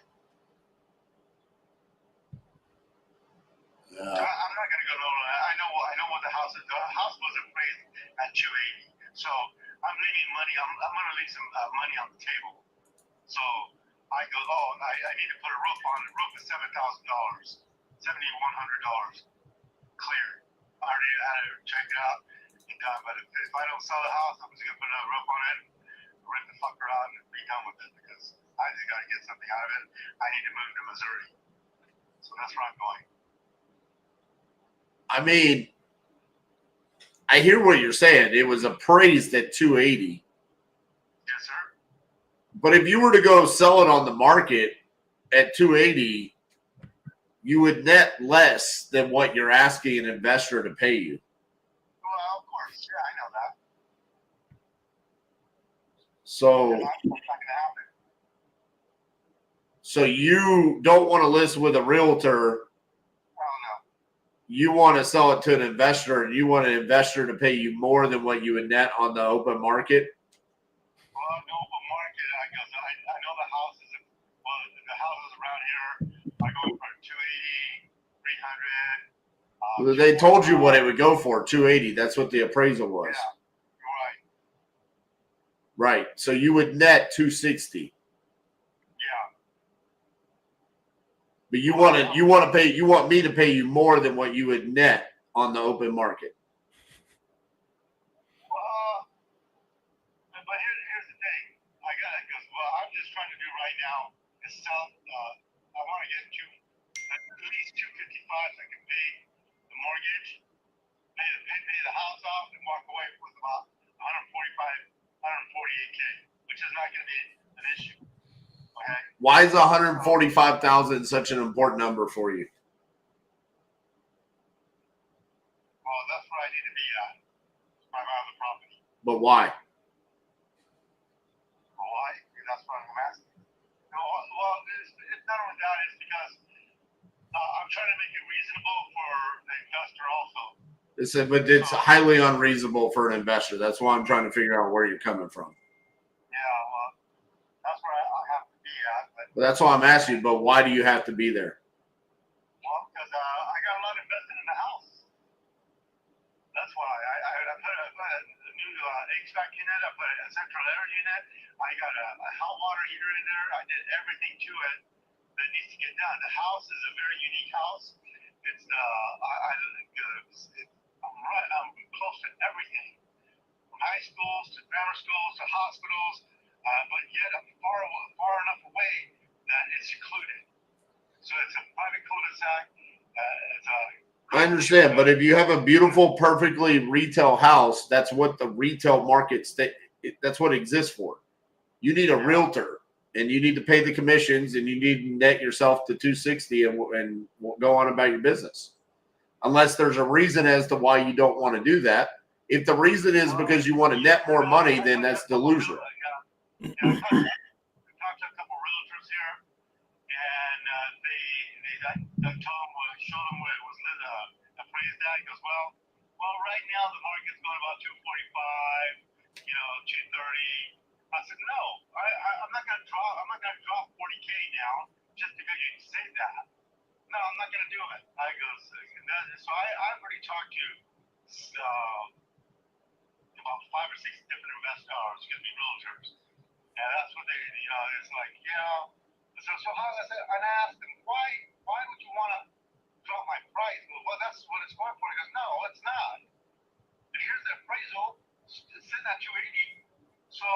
You know who's never written a check for a house before? What? Do you know who's never written a check for a house before? Who's never checked for a house before? No, who's never written a check for a house? Oh. An appraiser. Oh. Investors do. Realtors sell houses all day, every day. So if every investor and every realtor is telling you the same thing, maybe your next call needs to be to that appraiser and ask them if they want to stroke you a check for 280. I mean, I don't know. Realistically, I mean, I thought we were going to be best friends. We are not going to be best friends.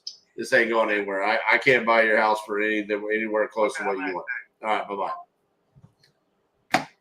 Fucking now we got the Iowa Mafia boss. What is going on? Bro, that was literally in Waterloo, Iowa. Have you ever done a deal in Waterloo, Iowa? No. I have. I've done a lot of deals in Waterloo, Iowa. Let me explain how the deals in Waterloo, Iowa are supposed to go. Are you looking to sell? Yes. How much you want for it? $10K. I'll give you 8. Sounds good. That guy's not with the program. No. He was in a nice little neighborhood, but his house was small. All right, I'm going to try Florida. All right. And they're relocating, believe it or not.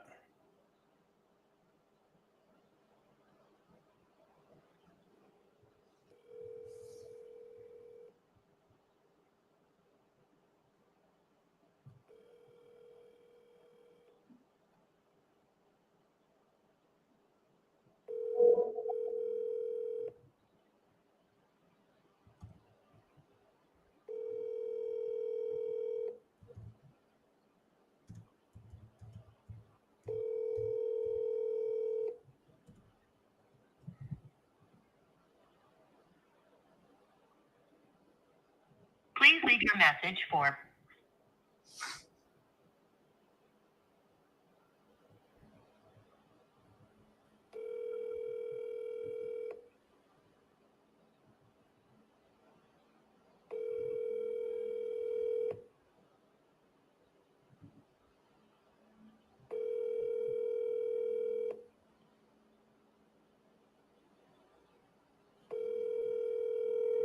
Come on now. I like this one.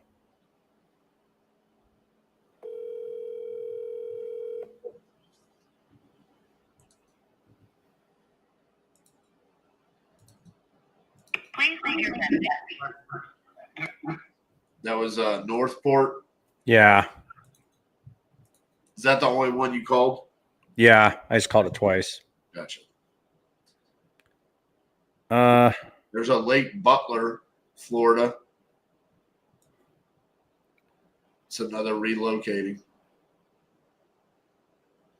I'm going to try this Pennsylvania. Even though I hate Pennsylvania. Yeah.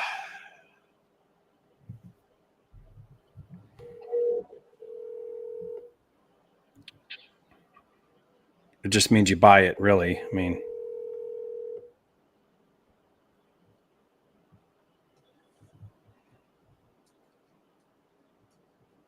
Hello? yes. Hello. This is Jerry Norton. I'm calling for Rich. Yes, this is he. Hi, Rich. Calling about a property I believe you want to sell on North Street. Yes. Okay. Yeah, you filled out a form on our website and looking to see if I can help you out with this. What are you hoping to get for this property? I'd like to get in the 60s, but I'm open as far as that goes. Okay. It does need a bit of work inside. The roof seems to be in good condition. No leaks from the roof. But they had taken like the main on the first floor. The flooring needs to be put back down. I mean, it has a subflooring. It also needs to be either carpeted or the vinyl flooring or something like that needs to be reinstalled on the first floor, and it could use some painting inside as well too. Okay. You bought this in 21, looks like. Yeah. Okay. Was it a rental? It had been a rental previously. Okay. But what'd you use it for? Was this your home? No, I basically bought it as an investment. I was thinking about fixing it up and either reselling it or renting it out, but I really never did anything with it as far as that goes. So Gotcha. And you paid 35 for it, looks like. Yeah. Exactly 4 years ago this month. Yeah. Okay. But you haven't done much with it, which means it looks pretty much like what I'm looking at here online. Or So worse. The front pictures, it looks pretty much the same, except the pictures online, the front pictures, it looks terrible on online. Yeah. But it did have it does look a lot better. Had some siding, etc. On it prior to my purchasing it. Yeah. So I'm not sure exactly when those pictures were taken. But Okay. but they were taken before I purchased it. All right. Well, then let me ask you this: if we could close in a couple of weeks or whenever you want, I could put cash in your pocket as is. You don't have to do anything. I'll take it exactly the condition it's in. What's that number look like?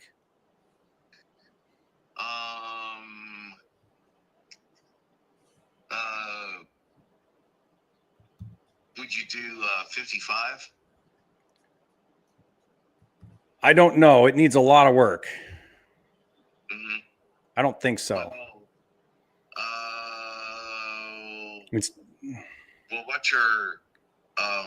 what would your offer be?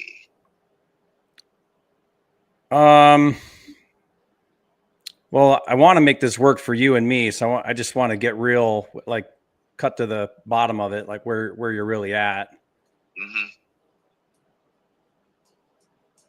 I mean, whatever number we agree on, I'm going to need to get a little bit of due diligence time to get my, just to, because it's, I mean, I'm looking at, I mean, what year was it? This was built in 1900.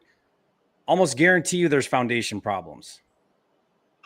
You know, like I'm looking at one of these pictures in here and it's, I think I'm looking at some sort of dirt foundation, like, you know, brick or stone foundation, maybe. Yeah. So, you know, that's a can of worms. Because what I would do is I would buy it, add value, create equity through doing work to it and adding value to it. But I got to get my head around that and not take on something that's impossible either. Understand. You know, so I mean, that's gonna. I would have to be down there more around where you got it or even lower. Okay. Just because I have to budget for some significant foundation repairs. I've done a lot of foundation repair work like this, but you just got to go in there and reinforce everything, run beams, run pillars, secure everything up. You know, I would probably pour a floor in this basement area here. That just all adds up. It's probably kind of secure it and make sure that, I mean, I probably can play marbles in there on the. I'm guaranteeing you, like, if I walked in there, I've got sagging floors in the house. You know what I mean? The floors did not seem to be sagging last time I was up there. I'll bet you $100 they are. I just know they are. I've done this a long time. It's 1900 built, you know? Yeah. So you have, even though it's only 1350 square feet, like you're spending $100,000 to redo this house because everything has to go. So, and not that many people would even take on a project like that. Yeah. You know, most of my investors have like a no pre-1960 rule on buying houses because it's old knob and tube. Who knows what the plumbing's doing? It's probably, you know, galvanized and stuff, cast iron sewer line. And it's just a lot. Yeah. But I mean, I can do it, but I think I would need to be more like 20, 25. Okay. What was your name again? Sorry, Jerry Norton. Okay. Jerry, tell you what, right now I'm not inclined to that, but I'll keep your number and I'll give you a buzz back within 2 weeks. What happened? I guess what happens in 2 weeks? Well, I have somebody that had said that they were interested. They were going to put a contract in on it, but they've been dragging their feet. At what price? See, about 47. Yeah, the reason why is because it's bullshit. Yeah. I'm just telling you it's probably one of those wholesalers. And that is it a real buyer? Here's how you know someone's a real buyer. They sent a real buyer. Okay. I know the person somewhat. So okay. Yeah. I just don't believe it because they would, you know, until somebody puts it in writing and they put earnest money down, it's not real. Right. Yeah. Like I have people tell me all the time, well, I got another offer. Really? In writing with earnest money? No, you didn't then. Right? I'm just shooting straight with you. You know what I mean? Like I get it. You got to do what's best for you. But I think if you paid 35 for it in 21, the market's only gotten worse since 21. And that property has only gotten in worse conditions, sitting idle for 4 years without maintenance. Right. Yeah. So there's no way it's worth the same as when you bought it 4 years ago. It's just not. The market's slow. I mean, 21 was the height of the market. Which is why you bought it. Everybody bought everything because, you know, we thought we could never lose and just buy it and sell it for more later. Well, market's slowing down and it's projected to continue slowing down. Yeah. So whatever I think it'll sell for today, it'll probably sell for less when I'm done with it or when any investor's done with it in a year from now. You know, so that's why honestly, a number at 35 and 21 is 20 and 25. Like it's you have to readjust your thought process on things.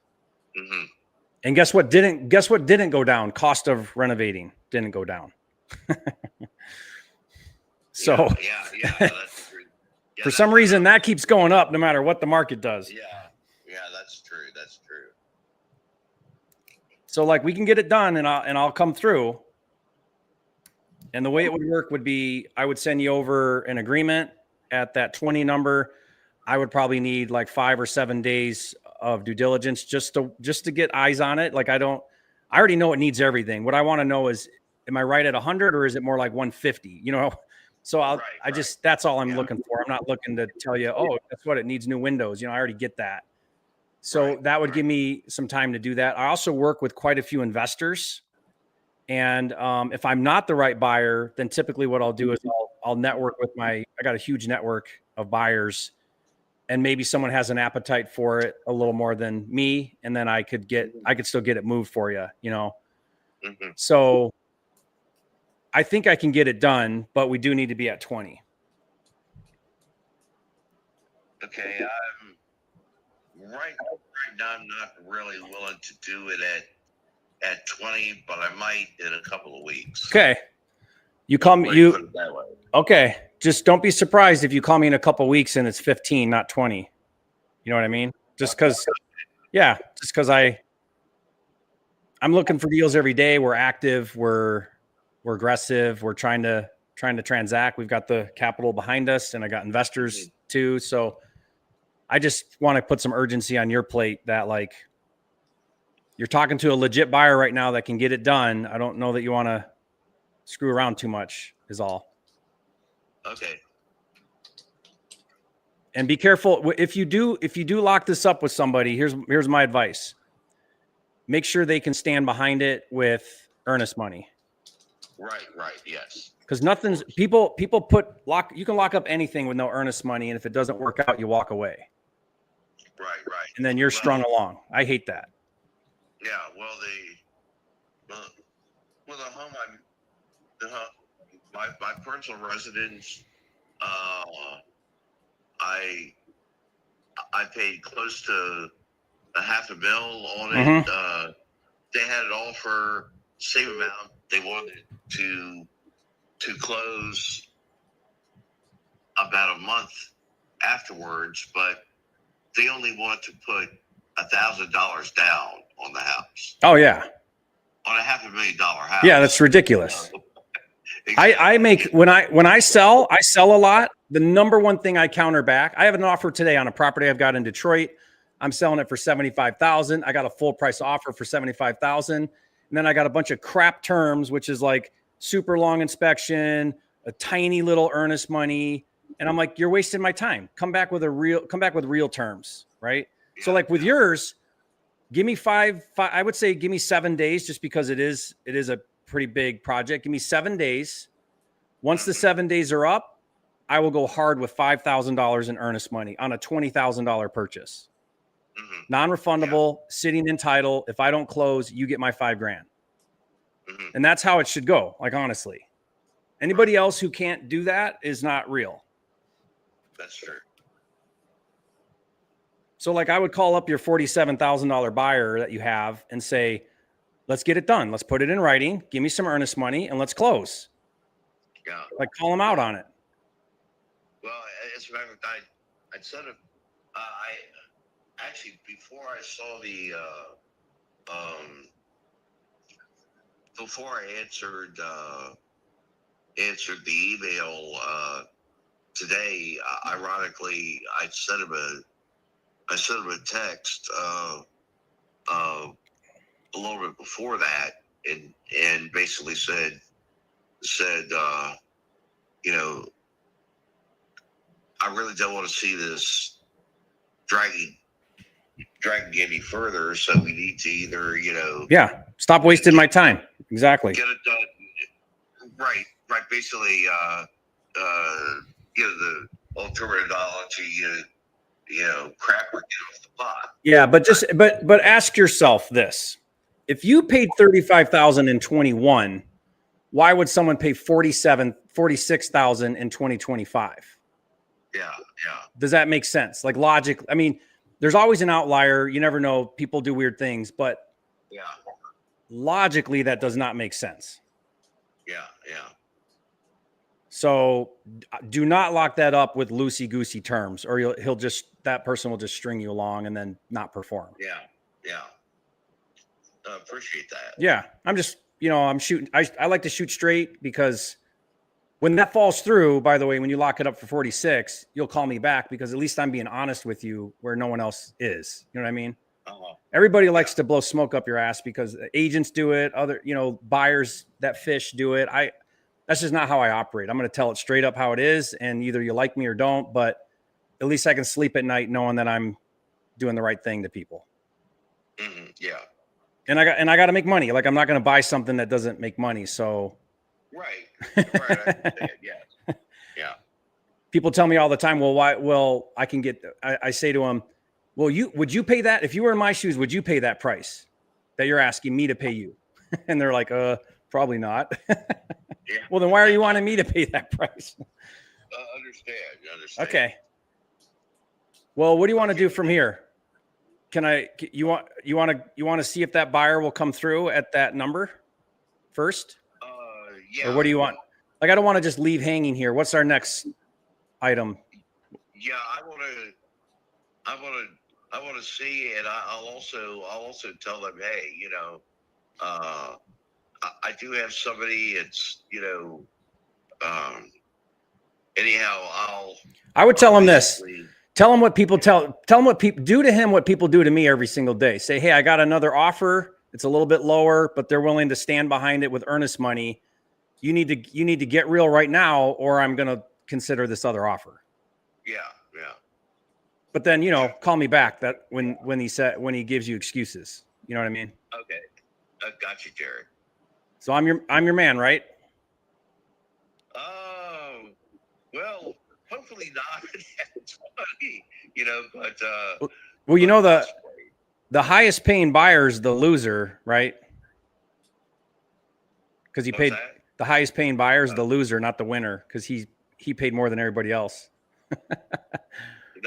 That's true. I mean, on my side, not your side, but but yeah. So what I'm just saying is, like, when he's done screwing with you and you're ready to get real, like to sell this, call me back and let's get something done.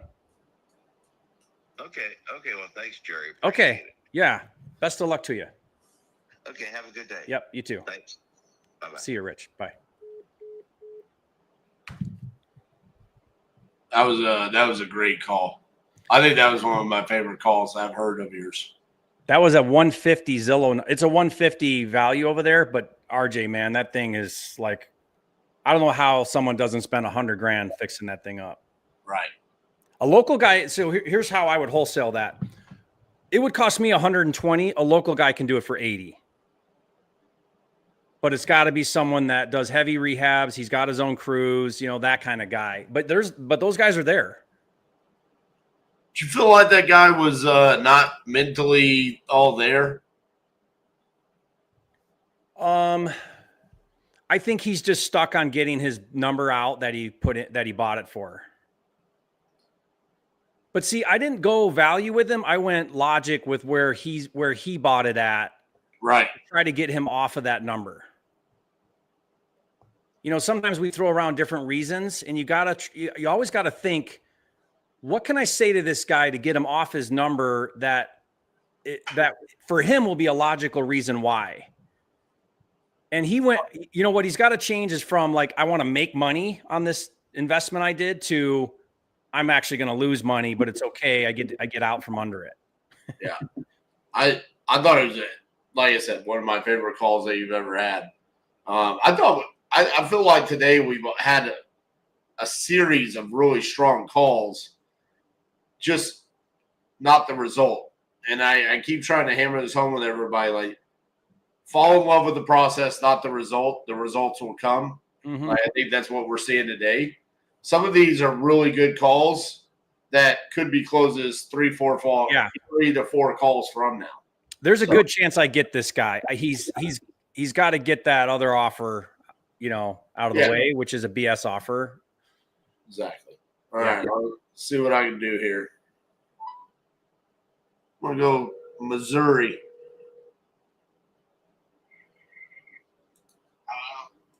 Hey, is Charles there? Hey, Charles, this is RJ Bates calling about your property there on Thames Lane. Looks like you had filled out a form saying that you were interested in selling that property. Is that correct? Yep. Awesome. How much were you looking to get for it? I know I'm gonna ask for 25. You said 25? 225. Oh, I liked my number way better. I bet you did. Yeah. All right. Well, tell me a little bit about what you got going on there. It's 5 bedrooms, 3 full baths, office in the basement, 24 by 28 garage.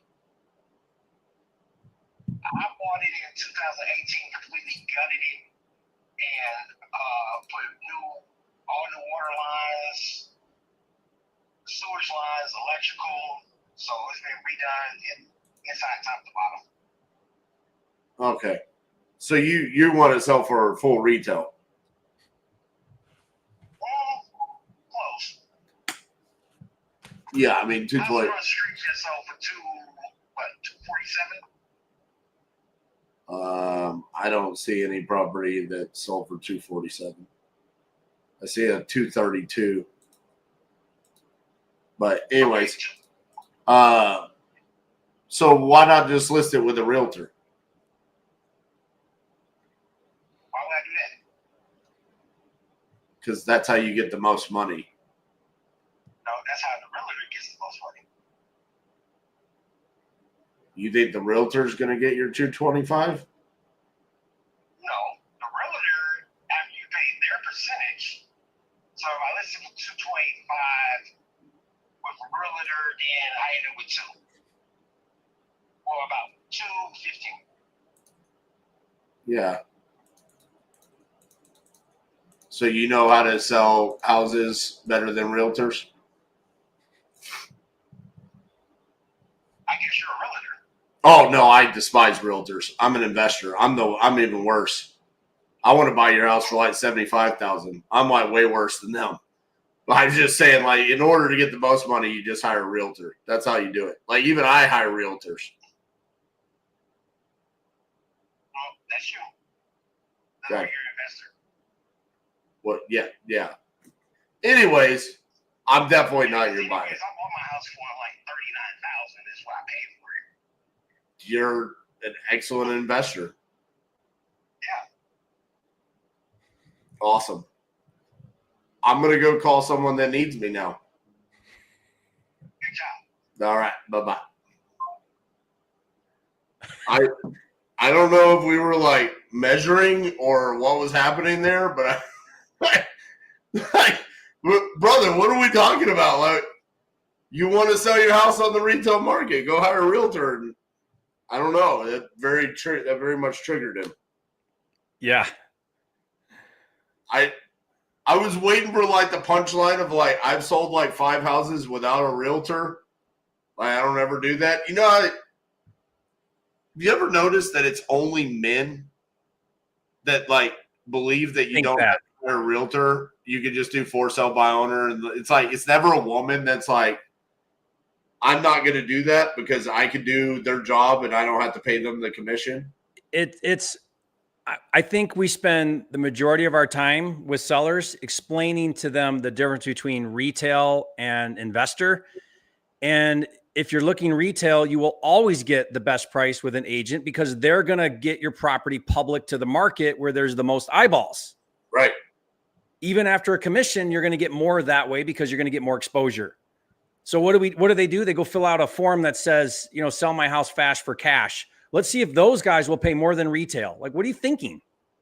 Right. I don't know. I don't get it. It blows my mind that somehow they think there's a buyer paying more than what they can get retail. And Jerry, I kid you not, when I pulled this property up on Privy to comp it, it said the value was $32,000. He's so far out to lunch. And I heard him say $25,000. And so I thought, hey, we might be on to something, right? This might be one of those like 80, 90,000 ARV houses. He wants 25. I can get him down to 10 to 15. And then he was like, no, 225. And that it all went downhill. So, yeah. All right, let's try. I'm going to try South Carolina. you're just going for all of the regulations. I know. Sometimes you can get good deals in those states. You're right.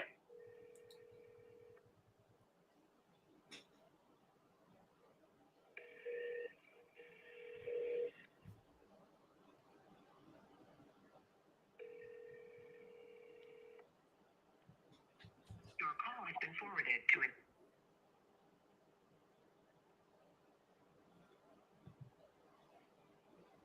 Your call has been forwarded. Oh, now to it's an pushing me automatic straight to voice- it.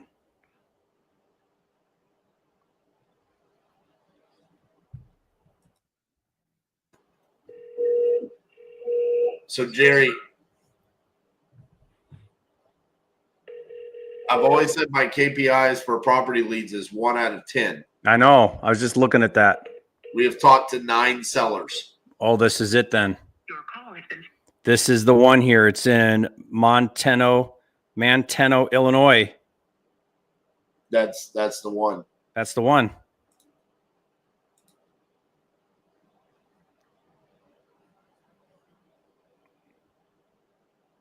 Just because it was right there next to the other one on the list.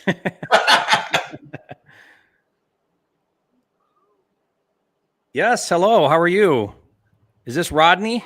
Or no, not Rodney. Anthony. What can I do for you? Anthony, my name is Jerry. I'm calling you about a property I think you want to sell on Cougar Run. Okay. Is that right? Do you want to sell that property? Yes, sir. Great. Let me see if I can help you out here. We got the form you filled out online, I think, for that. Tell me what you want to get for this property. I'm looking between 450 and 475. 450 to 475. Okay, so this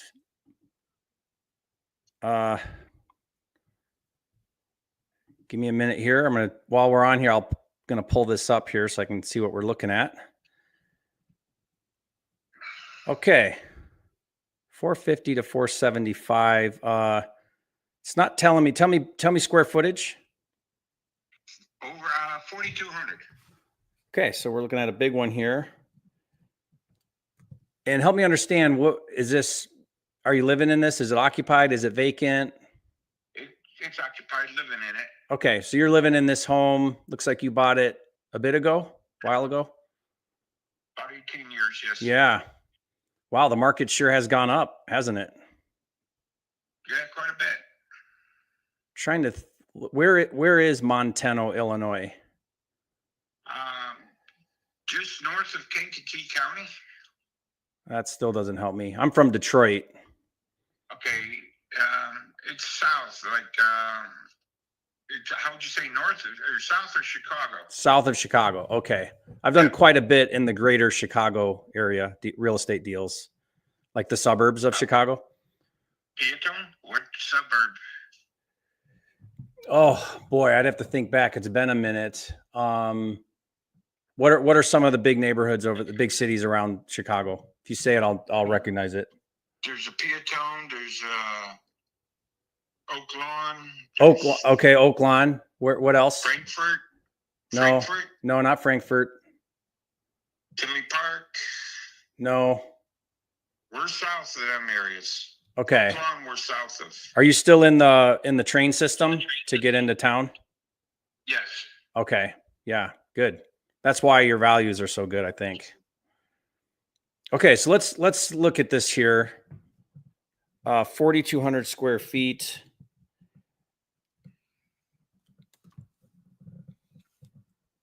And what would you say your conditions like? Overall, pretty good. All I'm doing right now is residing the backyard because I removed the pool and deck. Uh-huh. That's what I'm in the process of doing, is finish filling the hole and sodding the yard. Have you done any improvements since you bought it, like updates to it? Oh, yeah, we updated the bathrooms, the kitchen, put a new roof on, new hot water heater, stuff like that. Okay. The only thing we haven't done is the windows, but the windows are fine. Yeah, I'm looking here at what I'm doing, just so you know, is I'm looking at some sold homes like in the past. I'm getting some echo in like the past 6 months. Okay. And I'm seeing here in your neighborhood, because you're actually very easy to look at because you're in this subdivision off of Bryan Drive, you know.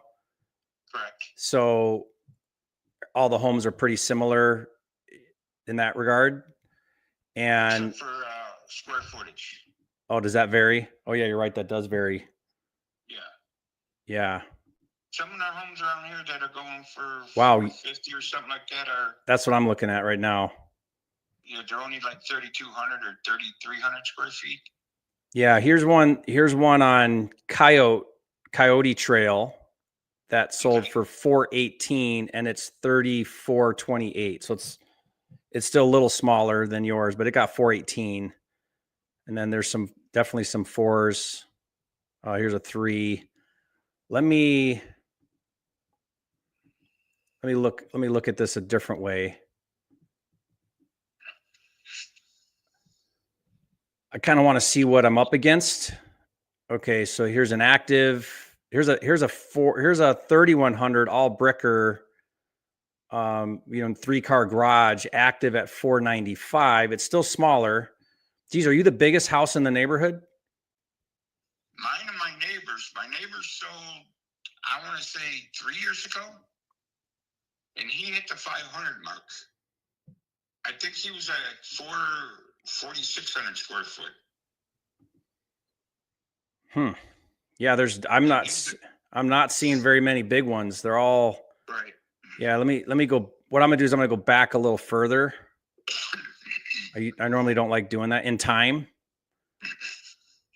I really need to see something that's sold north of 5. Because here's what happens. You know, as you move outside of the average in your neighbor, this is real estate 101. Okay. So as you move outside of the average in the neighborhood size wise, then there's a diminishing return on your additional square footage. Okay. Does that make sense? Because what the market says is okay, well, most of the homes sell for 425 that are, 3,000 feet. And let's say that's $200 a foot average, price per square foot.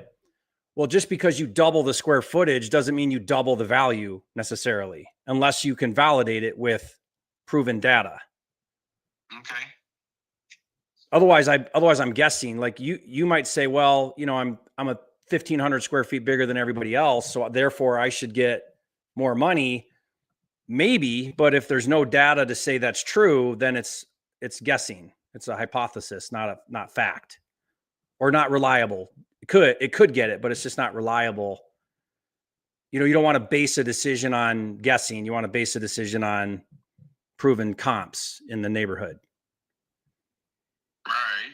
Okay. So if I go back in your neighborhood a year with no other filters, the highest sold comp was 470.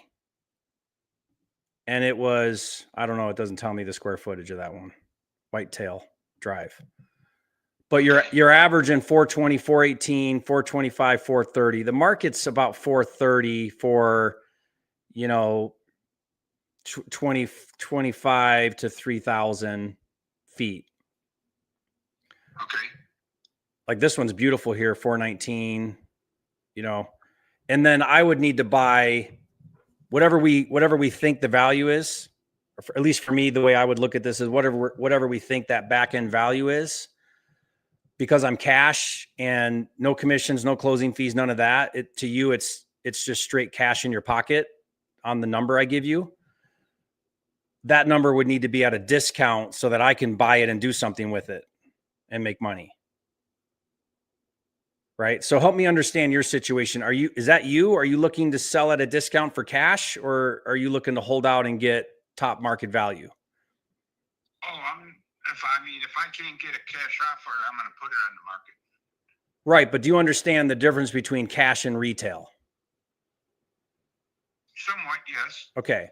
Cash is going to be significantly below the retail number. Because otherwise, why would someone pay cash if it's not a deal that they have room to then make money?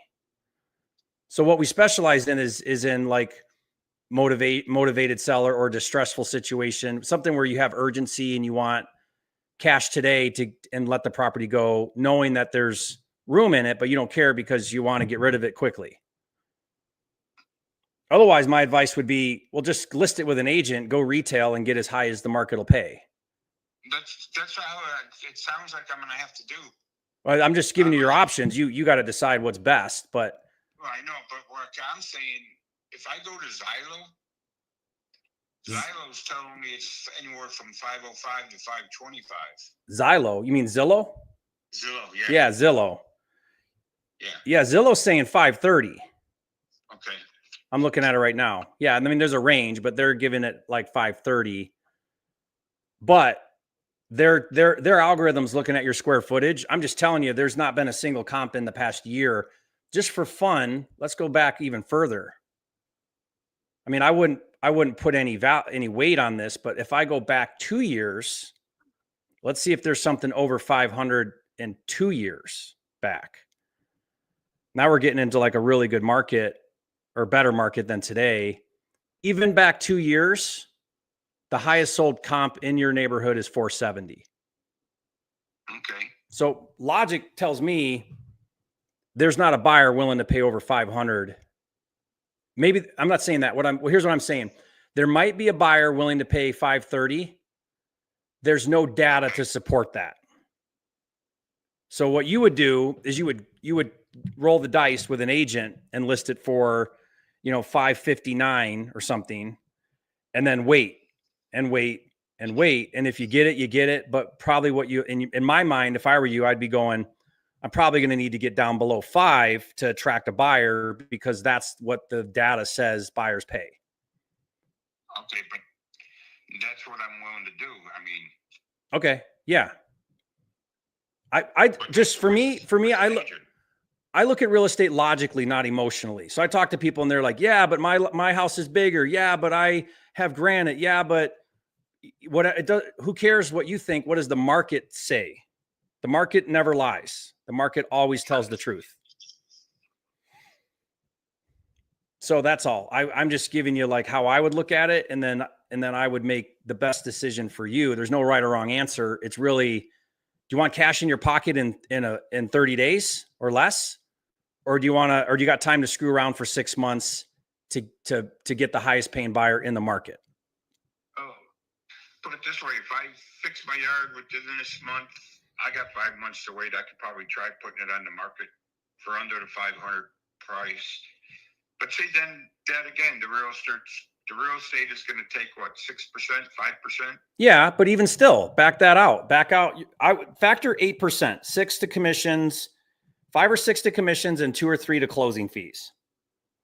Okay. So let's say you get 530, multiply that by 0.93 or 92, you would net 490-ish, which is way more than I can pay. Right. But that's if you get 530. If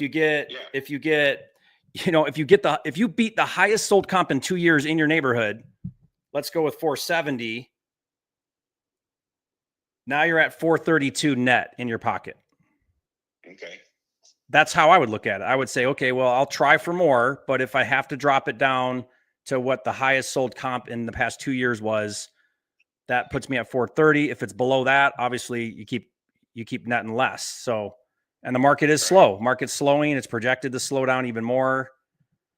So, you might lose a couple percentages just by screwing around versus what you can get today for cash. That's the other thing to think about. Meaning the number today is going to be, in 6 months, is going to be less than it is today. Okay, but no one's ever gave me a cash value. Well, no one's ever came back and said, hey, I'll give you 350 or 375 or anything. Is that what you want? If you're open to that, that's me. Okay, but that's what I'm seeing. What would your cash Okay. be? Well, now we're having a real conversation here, right? I'm just trying to identify who you are and then give you advice to go in the right direction. Which, by the way, I'll list this for you.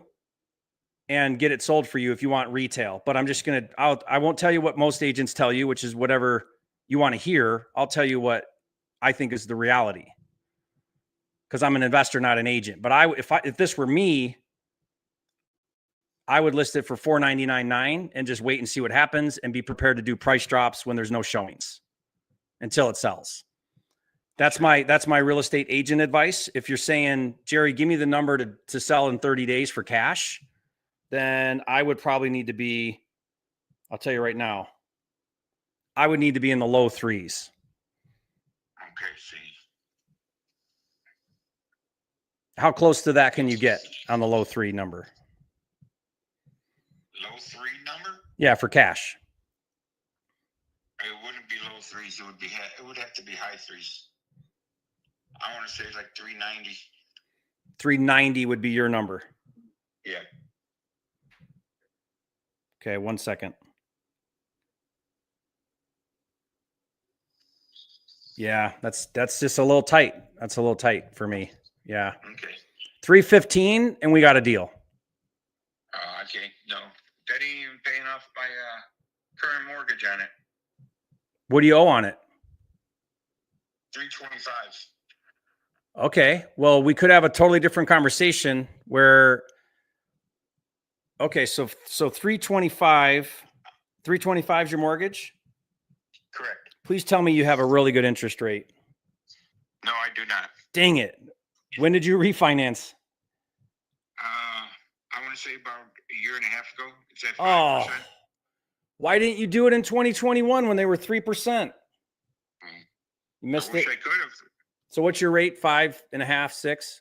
Yeah, 5.5. 5.5. Okay. Because one thought is whatever number we agree on, rather than give you cash, which just turns around and pays off your loan, instead I keep your loan, I take it over and bring you cash for the difference. You following me? Yeah, I'm following you. So let's say we say 375. You owe 325. I take over your loan for 325 and I give you 50 grand cash at closing. That's what you would net anyway. But for me, so for you, it doesn't matter because you net the same. For me, it matters because I only have to come up with 50 in cash, not 375 in cash.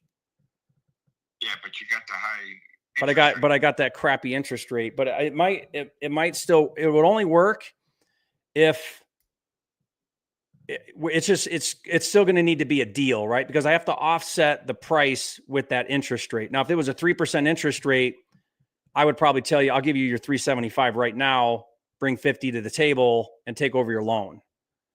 But because you're at a 5.5, I would need a bigger discount off of that 375, like maybe 350. Okay, so it sounds like I'm gonna have to list it and work my way from there. Well, I mean, do you want 25 grand in your pocket in 30 days and get out of the loan? No, I'd have to try getting more out of it. Okay, if you want 25 grand in your pocket at closing, I take over your loan. We got a deal. Okay, I got your number. Okay, I'm gonna don't come to that. Yeah. Well, just go in with your eyes open. You might spend 6 months trying to get that number just to be calling me back anyway. I just, look at the whole thing, not just one thing. Okay. Okay. Yep. All right. Best of luck to you. I'm probably going to follow up with you just so you know. I'll reach back out to you and just see where you're at. Anything change? If I can help you with something. Okay. Okay. This 248 number, is that your number? Yeah. Okay. I'll save it. Okay. I'll save it. I'll save your number too, Anthony. Thank you. Thank you. All right. Bye. What a wave of emotion. All kinds of stuff going on that call. All right, man. I got a call back during that, or I got a call during that call. And then they text me and said, I have a house I'm looking to sell. May sell for $900,000. I said, are you the owner? What's the address? Driving right now. Are you able to call? Call me when you can. So this is going to be our final call. I have to go after this. Please close this one, RJ. I have no idea. I don't even know if this is a lead. It was the text? We're sorry. You have reached a number that has been disconnected Hospital is no longer in service. They called me. We have been texting, and now it's saying the phone number is disconnected. Weird.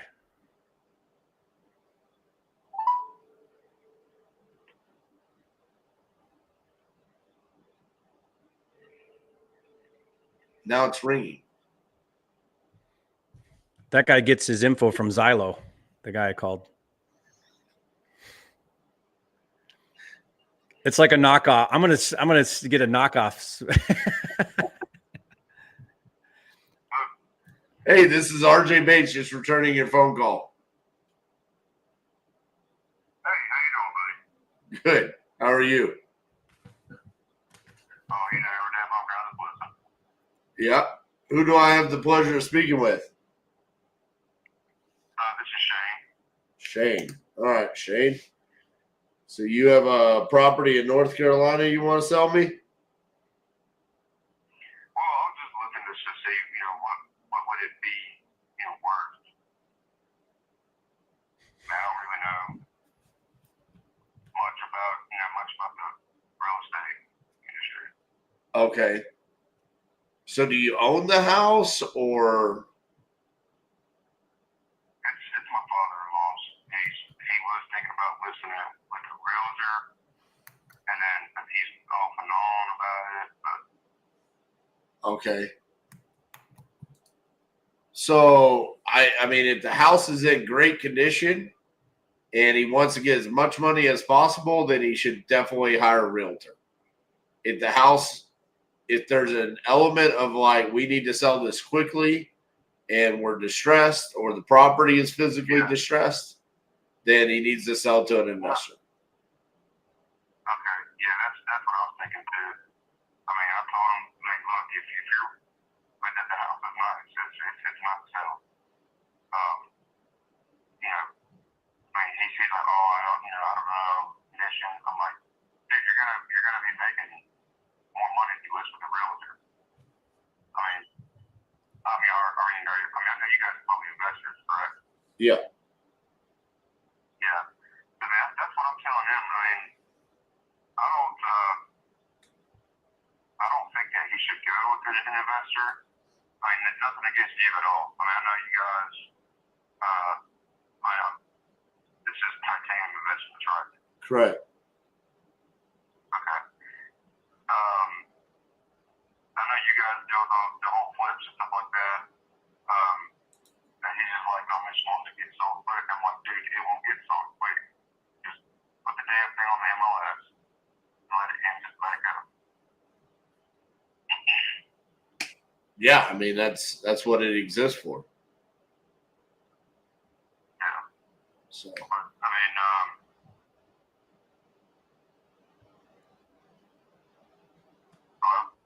yeah, I mean, it sounds to me like you just need to talk to him about hiring a realtor, because I mean, what we do as investors is we help people when they need to move quickly. It's convenience. I mean, it's going to come with a significant discount off of what he could get on the retail market. Okay, yeah. That's what I try to tell him too. I'm like, look, just if you want the top dollar, then hire a realtor, because you know all these other people, they're trying to make money. They're not. You're not going to get top dollar out of it. Yeah, they'll close quick. They'll close fast. They'll do their due diligence, but they're not. You won't get the top dollar. Yeah. I mean, at the end of the day, I know he doesn't want to pay realtor commissions, but realtor commissions pale in comparison to what you're going to get from an investor. Because all we're going to do is turn around and hire a realtor and want to make profit. So. Yeah, I totally agree. I just wanted to get your, one of the investors' opinion on this. And I can go back to him and say, look, I just called one of these top dogs investors. So, you know, Gotcha, man. Well, I appreciate the opportunity, and best of luck with your father-in-law there. Okay. All right, thank you, man. All right, bye. I don't know what that was, Jerry. I don't know what's happening. You gotta try one more. Gotta try one more. I think that was someone from YouTube. Oh, that wasn't a lead. I think that was someone. I think they heard me leave a voicemail, and they got me phone. Yeah. All right, one more. You want one more, or you want me one more? I'm happy to call another one. I just feel like we gotta get something that we can send a contract for. Brett wanted to know, did he call me Babe? He did not call me Babe. He called me Bates. He said, all right, appreciate you, Bates. Felt like I was in a high school football team again. All right, well, Jerry, if you're going to do that, I'm going to take myself off the screen, and then I'll be back. And all right, I'm gonna do one here. I'm gonna try to do one more. I'll be right back. Just give me a few seconds. I got to take care of something real quick. Okay.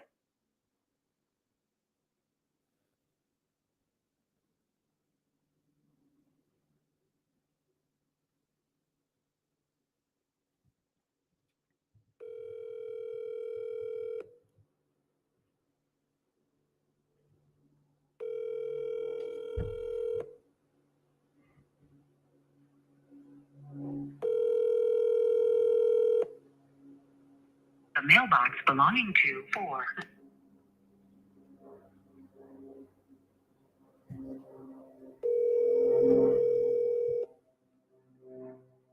The mailbox belonging to 40.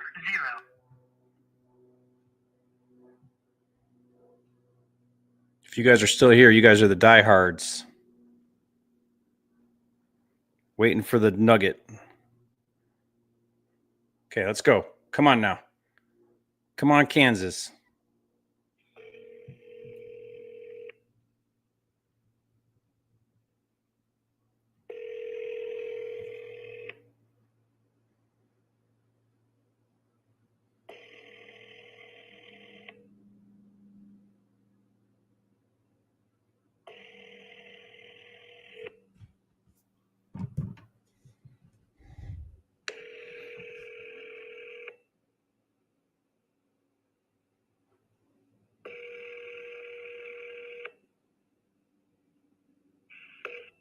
You have reached 785.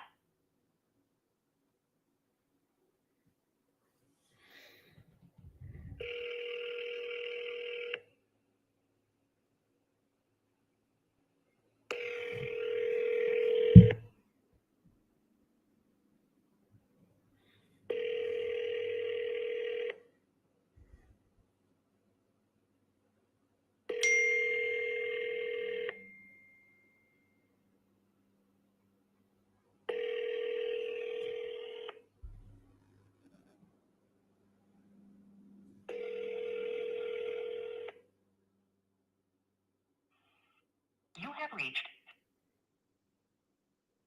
I'm not giving up.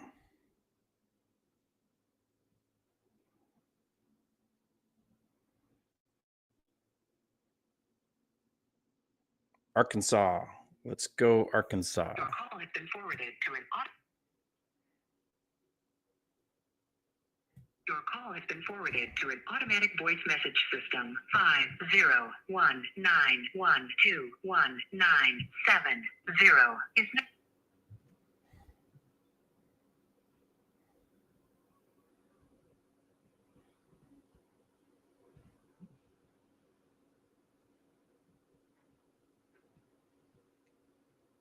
West Virginia.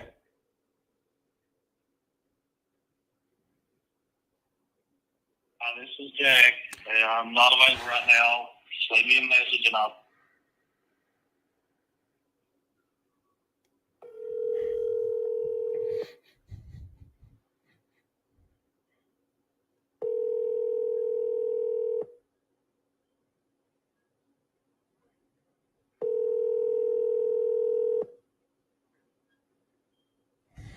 This is Jack.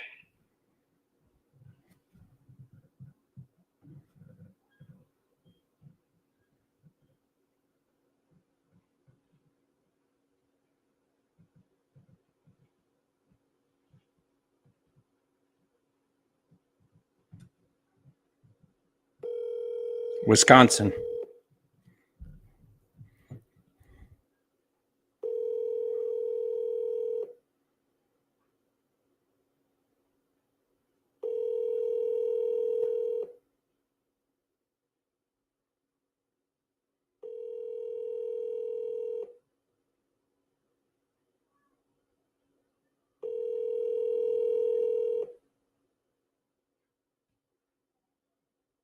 Nine 208074223.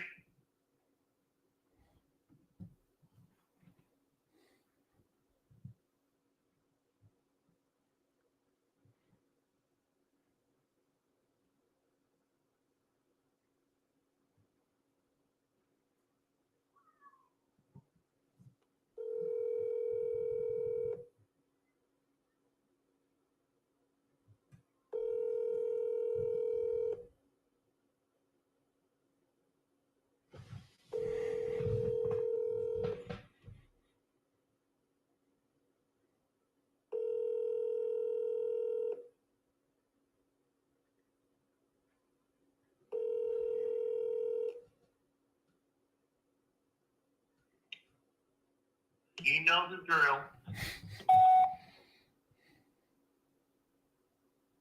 Okay, no one's answering. Come on.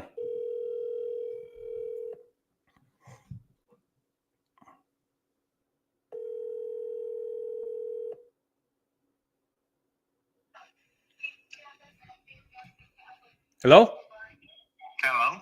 Yes, is this Rodney?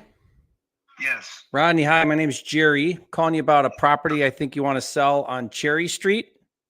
Yes. Great. Thanks for answering. No problem. You still want to sell that, right? Telemarketer. I know. Pardon me?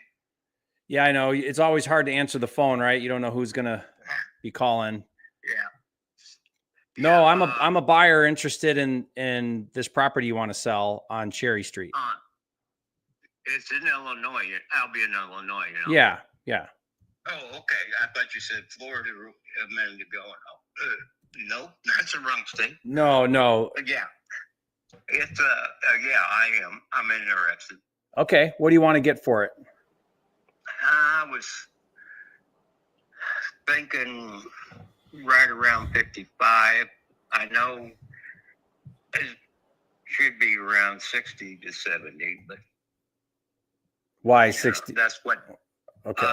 60 to 70 is what the going market is for this size of home. Okay. It is, it's good size. It's a 1 bedroom with got a dining room, and all the rooms are large. But it's only a 1 bedroom. Yeah, ain't that strange? Yeah. And just got a basement. Yeah. That's gonna hurt you on value with a 1 bedroom, right? Mm-hmm. Can you put a 2 bedroom? Why is it only 1 bedroom? That's just the way they built the house, I guess. Or it was smaller than it was. There's an add-on, and What's the square footage? it might have as I don't know, 15, 25. I have to get a calculator out to figure it up, but let's see, 400, about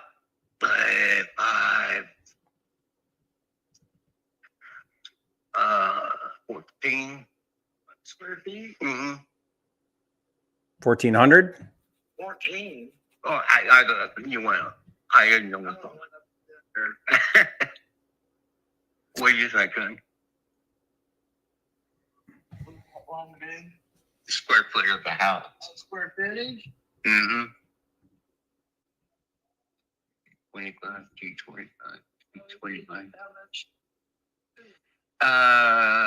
For the dining room, the bedroom, and the living room, it's 225 square feet for each one. I say about 600, if that. Probably around 1,000. Probably around 1,000 Yeah. square feet. Yeah. Yeah. Okay. And tell me. Yeah. I guess here's, I just want to be transparent with you. You know, I'm an investor. I pay cash. I would come in and purchase it as is. Is it vacant or is it occupied? No, I'm living. Oh, you're living in it. Okay. So this is your personal residence. Right. And why are you wanting to sell? Find something a little bigger. You want something a little bigger. Okay. And why not list it with a real estate agent? Why call an investor? I was curious. Okay. Well, I mean, I'm a cash buyer. I'm not an appraiser. Right. Or you know, free consulting, I guess. So you're window shopping? Well, I just don't know anything about this process at all. So Okay. You know. Yeah. So you I don't know how anything works or whatever. Okay. Well, let me give you the rundown. If you're looking for a retail buyer, that would be a homeowner that would come in and want to buy it to live in like you guys are. They're the highest paying buyer, but they're going to have really high expectations, right? They're going to want you to fix things. They're going to do inspections, appraisals. They're going to get a loan. It takes a long time. You have to pay real estate commissions. It's okay. Like that's where most, 90% of real estate goes that route. If you're looking for an investor, then they come in, they buy it as is. You don't have to repair anything. You don't have to list it. There's no commissions. There's no waiting. You get speed, you get convenience, but the trade-off is it's cash. So you sell at a discount. And I would buy it at that discount. And then I would come in and fix it up and try to make money with it, renting it or selling it or whatever, flipping it. Right. You'd be flipping the house. Yeah. Well, or rent it. Yeah. Or rent it. Yeah. Yep. Yeah. Okay. I understand. There's a lot of people looking for a place to rent now, being, but this is a small place. It's just one bedroom and a very, very, very small bathroom. Yeah. I mean, I'll be honest with you. I'm looking at a house for sale for $5,000. That's a 2-bedroom, 1 bath. Not that far from there. I'm seeing some others like $5,000. Yeah. And then, well, I mean, there's gotta be pretty bad shape. It really, because sure. you can't hardly buy a lot for under $10,000. Yeah. Let me look at some sold so we can look at what's going on there. I'm going to go back 6 months. I'm going to look at your neighborhood. Yeah. So I see a $65,000 sale, a $75,000 sale, real close by where you're at. Let me spread out a little bit.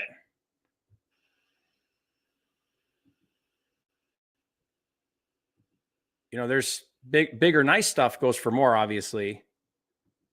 Yes. Yeah. So, that would be like retail. Then you'd pay commissions and you probably have to fix some things up and go through all of that, showings. And so ideally, if you're thinking more about like just be done with it, not have to show it, not have to fix anything, not have to clean it up or any of that kind of thing, no intrusion, close in a couple weeks kind of thing, cash in your pocket, walk away. That's who I am. That's what I would do for you. What do you think, then? I think that's the route to go. I do. Mm-hmm. Yeah, so I think we would like to go that route. How long before we gotta get out? Well, I work on your timeline, so I'm not going to force you out before you're ready. You tell me and we'll close when you're ready. Oh, okay. Yeah. Okay. This is super convenient for you. That's how I do it. You tell me when you want to close and we close when you're ready. No, that sounds good. Have to find a bank for a piece of property. Are you looking to take the cash you get from this and buy something else? Yes. Okay. That makes sense. Let me tell you real quick here what I'm seeing. Yeah, I mean, right now, like the online, it has your house valued at $46,000 as the current value of the house. That's not right. Yeah. Okay. Well. And that's down, by the way, that's down 17,000 since May, because we're in a slower market now. Yeah. And it's projected to continue going down, so you want to think about that. The longer you wait, the less you get right now anyway. Right. That could turn around, but that's the trend right now. Okay. Yeah. What would be your bottom line number? Like if you could walk away with cash and be done with it without all the headache, what's that number? You tell me. I don't know. Because we got to pay the loan off. How much is your loan?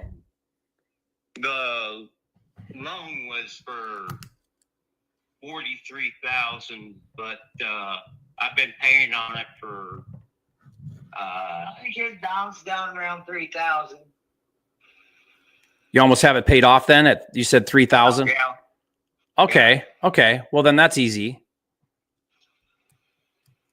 So assuming that you pay 3,000, what's a number that you could walk away with cash in your pocket that you'd be happy with? Actually, you're down to about $2,000. Oh. The cash in pocket, walk away with 35. Okay. Is that the best you can do? I didn't go to school for negotiation. You didn't go to school for what? Negotiating. Negotiation. Oh. Yeah, I know it needs a lot of work. Yeah, I Foundation mainly, and maybe the pipes. yeah, I could go 30. 30. Mm-hmm. Cash in hand, everything said and done. Okay. So I would have to pay off that loan plus some closing fees and things. So yeah, I just don't think that's going to work for a 1-bedroom that needs a lot of work, Oh, okay. Just because let's say I pay that number and then I come in and I spend $40,000 to fix it up, which is on the low side because everything just costs a lot. Around here, that's on the high side. You could only 2,000 people in town. Right, which means I have a labor problem, which means I got to bring in guys from out of town, and it's all just cost a lot now to do things.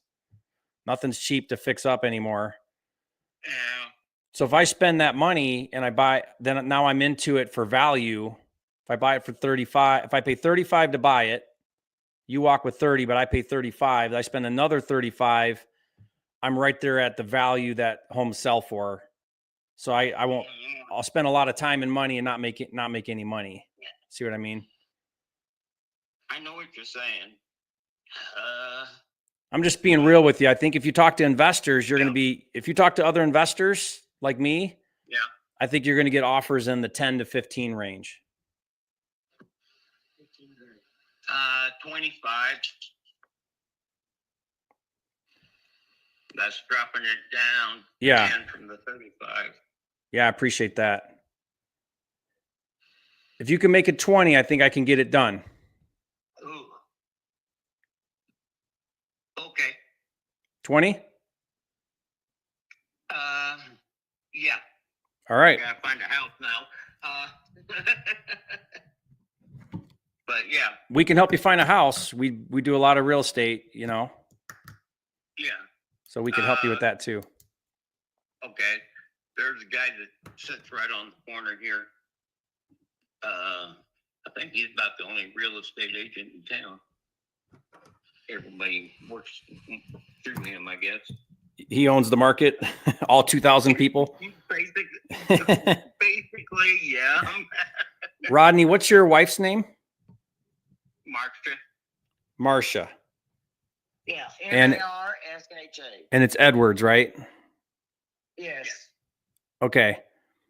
And I got your email here, I believe. So what will happen here is once we finish up the call, my assistant will email you over an agreement.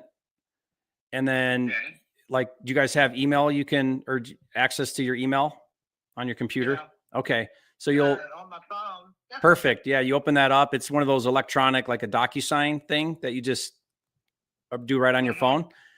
And then here's what happens next. I'm basing this decision off of the information you're giving me. So what we'll do is we'll do a walkthrough out at your property. And all I got to do is I just need to get someone over there to walk it. Takes 5 or 10 minutes. Just get our head around and make sure nothing weird's going on, you know? Okay. And then as long as that's fine, nothing there, then we proceed to closing. And then we'll set that closing. How much time do you guys need to close? I don't know. 30 days is typical. Could you be ready to? Okay. Oh, we'd probably be. I don't know if we'd be ready or not. We could be, I guess. We could do 45 days. We could do 60. That 45? 45. Okay. 45. 45 days gives you enough time. Yes. Okay. Well, I believe so. Okay. So we'll give you 45 days. We're agreeing on a 20,000 price. And then what'll happen is at that 45 day mark, we'll close. And now that 20,000, I'll just to be clear, that's our purchase price, right? Yes. Yes. Okay. That's our purchase price. Yes. You're going to give me 20,000 and you get the house. Well, there's a difference between purchase price and what you net and walk away with. So I think you're right. I think we said 20 is the net to you. Mm-hmm. So then we have to pay off that $3,000 loan plus some closing fees. But what I'll put on there is now do you have any back taxes or anything like that, or is that all current? I don't pay taxes. You don't pay taxes. He doesn't have to. Why not? I'm talking property taxes. Property. Yeah, I mean, I meant property taxes. Oh yeah. We don't. He doesn't have to pay. Oh. Homestead taxes or anything. No, he don't have to pay. Oh, okay. Man, lucky you. Well, I know. thank you for your service. Well, thank you, sir. So it's a net 20 to you. So then I'll pay off that bank loan and the closing fees. Awesome. Okay. Yeah. Okay. So we'll write it up that way. And then, yeah. And do you have any questions for me? Not at the moment. Not at the moment. No. Okay. Good. Well, I'm happy to help you guys out. Let's get this done. Just make sure you answer your phone, and, we'll be texting and calling to get some things done and set up. And, cause we got to get the agreement put together. We got to get out there and do the walkthrough. Then we got to get to the closing, open escrow. They call that, get the title company. So just make sure you guys are available, and we'll progress forward. All right. Okay. Okay. Good job. Okay. Well, congratulations, Rodney and Marcia. Excited to work with you guys. Well, thank you. All right. Talk soon. Bye. Bye-bye.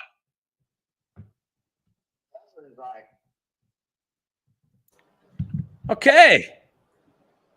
Man, you made their night. I think so. They're so happy. I think so. I think they're celebrating right now. Tough right. Negotiators. I feel like he is going to tell that story for years. Why? Just the way he was saying it, it was adorable to listen to on this side. It reminded me of a deal that I did in Belton, Arkansas. Almost identical, where they were just like, they wanted 20 and we ended up agreeing to 12, and the bathroom didn't even have flooring. And he was also a disabled veteran. Yeah. And I remember he goes, well, just so you know, the bathroom doesn't have any floors. And I was like, what do you mean it doesn't have floors? And he said, I mean, I shit in a bucket and we throw it in the toilet because I can't stand in the bathroom. There ain't anywhere to stand.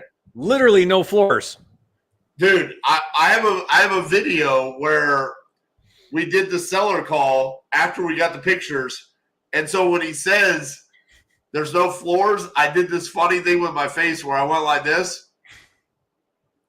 And we posted the picture right next to my face of the bathroom with no floors. Dude, they were so happy. They were so happy. He was like, he was hilarious. He told me on the call, he goes, well, I inherited this property from my dad. And he goes, so just so you know, I got to hop my ass down to the county clerk and file the deed because I haven't done that yet. Oh my gosh. You're kidding. And I said, hop your ass down there, hon. He goes, yeah, I got one leg. I literally mean I got to hop my ass down there. No way. They sounded so much like this couple that you just talked to, that I was like, I wish I had called this lead just so I could have that moment again with another couple like that. They were awesome. Well, this is Albion. I'm trying to see where this is at. I'm looking at a map right now. Where? Yeah, but where's my closest like metro? You don't have one, buddy. No, I don't. Yeah. I think Gainesville. No, Evansville is I guess a little podunk town. It's right. Oh, it's right on the border to Indiana, I think. All right, so I got two options. I can do an inherited property in Alabama, or I can also call Illinois, which on the note, she's upset that no one's called her yet. Do that one. I guess it does scream motivation. Why has no one called you yet?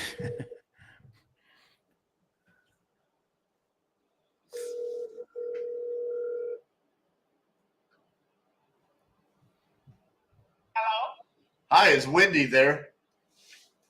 Yes, who's calling? Hi, Wendy. This is RJ Bates. I'm calling you about your property there on Elm Street. You had filled out a form on my website saying that you were looking to sell that. Are you still looking to sell? Yeah, we're thinking about selling. Yeah, we want to see what offer you all give. Is this what agency is this? Is this a house sale or whatever? Yeah, my company is Titanium Investments. Yes, ma'am. You filled out a form online. Titanium Investments. Okay, and what is your conclusion? Oh, we're just starting. We're way far away from the conclusion. We gotta have a conversation. Okay, what is your name? My name is Your name is what? My name is RJ Bates. R-J Bates. A-E-T-S? Yes, ma'am. Okay, I contacted Liz by house sale. Is that who you got my information from? Potentially, yes, ma'am. Okay, I'm just trying to make sure who I'm talking to. Okay, I'm ready for whatever you got going. Okay. Find out what's going on. Okay. Well, how much do you want for the house? How much? 4,000. Okay. And I guess tell me a little bit about why you're looking to sell and kind of what's going on with the property itself. It's nice, it's empty, and me and my husband is divorced, but we still good friends, and we're trying to get rid of the property. Okay. Is it vacant right now or is it occupied? It's vacant.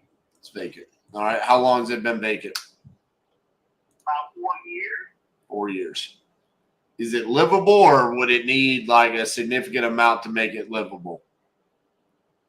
It's livable, but it needs a little cosmetic work, and it needs what you call it, it needs a little work. It needs windows, and it needs 2 doors, the back door and the front door. It's not no more only, but it needs cosmetic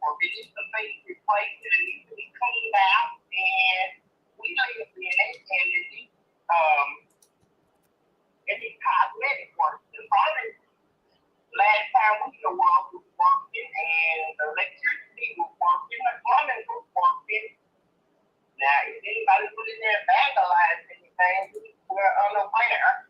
Last time we went over there and checked, it was livable, but it didn't be cleaned back. It's got a new roof on there, a mixed color metal roof that was put on in 2016. It's got 3 bedrooms. You come in here, it's a 48 porch that's adjacent to the front door of the house. The porch, the only porch that goes to the main door. And then you come in from the outside on the porch, and then you go from there to the front door. And then you go into a large living room. And then you go to the left, it's a large main bedroom, the master bedroom, a walk-in closet in the bathroom, and a master bathroom. It's got a large living room, a dining room adjacent to the living room. It's got a good-sized kitchen off from the dining room. It's got a 2 bedroom off from the dining room and the kitchen. You got 2 doors, the access, both bedrooms to the bathroom. You can walk through 1 bedroom, go to the bathroom, on the other side of the bathroom, go to the other bedroom, or use the objection door to get in the bedroom, or the one to come out the bathroom into the kitchen. You got what you call it, a laundry area.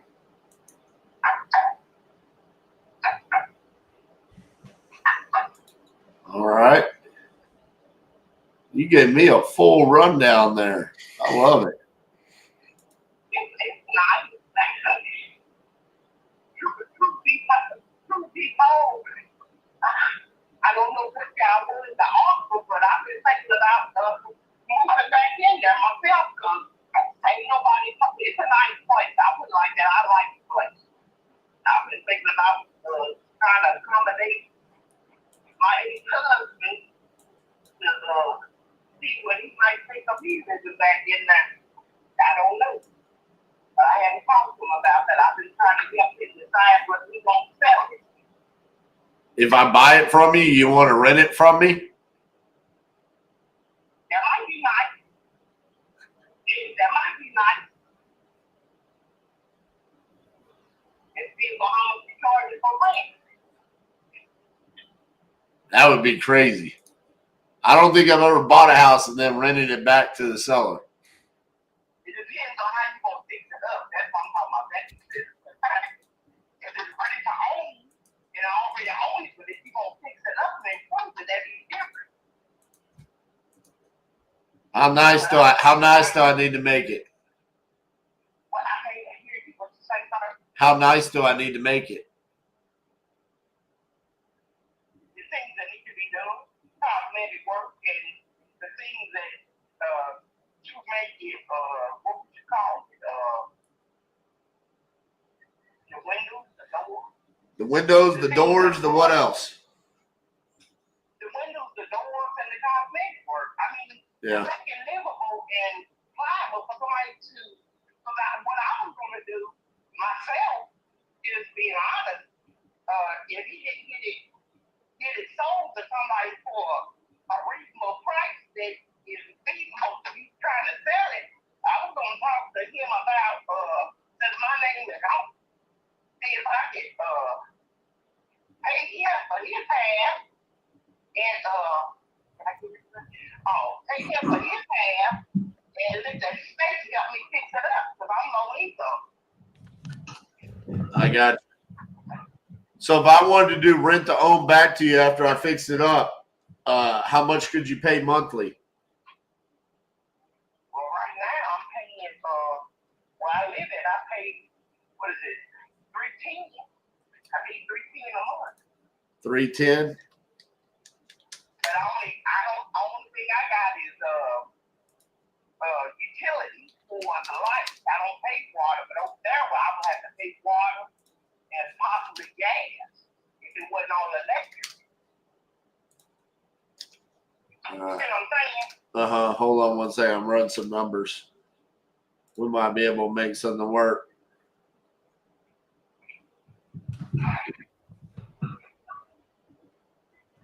So we need windows and some doors and some paint and just make it look nice, but everything else is pretty good.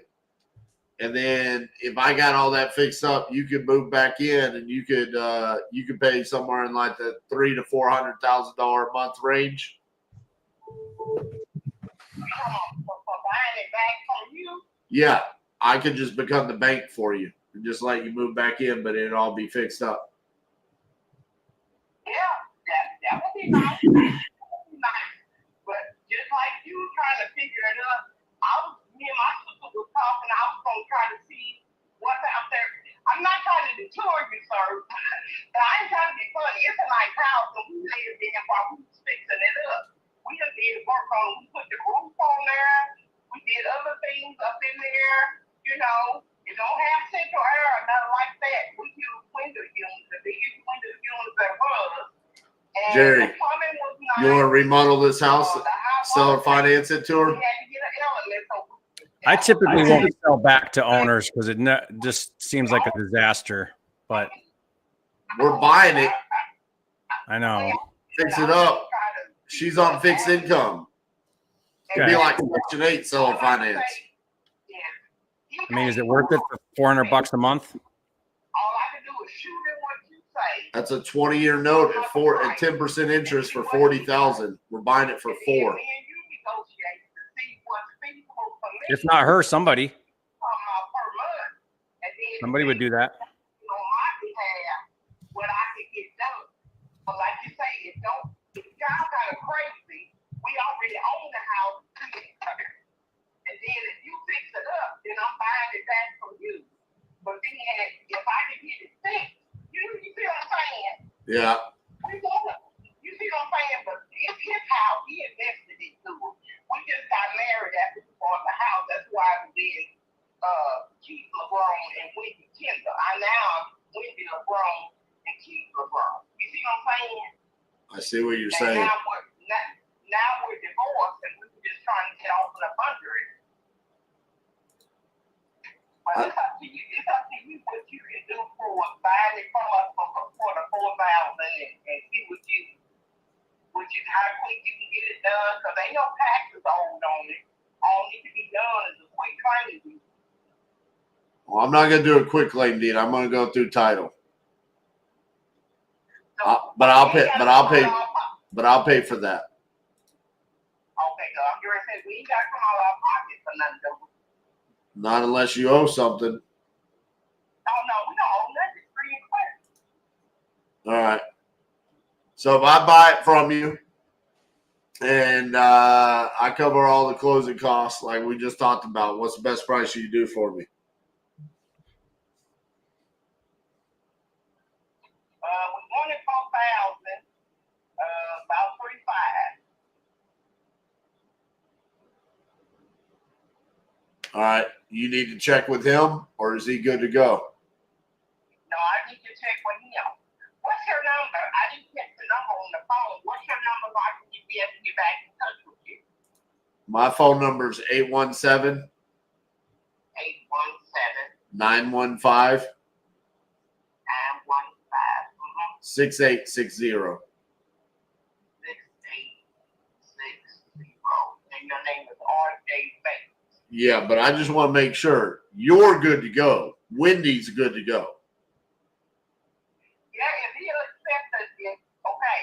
If you willing, you wanted 4,000, but if you willing to pay 3,500, I'm good to go. And I'm going to cover all the closing costs and everything. So that $3,500 would be net to you guys. Okay, I have to call him and let him know. What is the latest to call him back? Can we call them together? I don't know how to do. You know his phone number? I'll call him. Yeah, his phone number is 618. Hold on.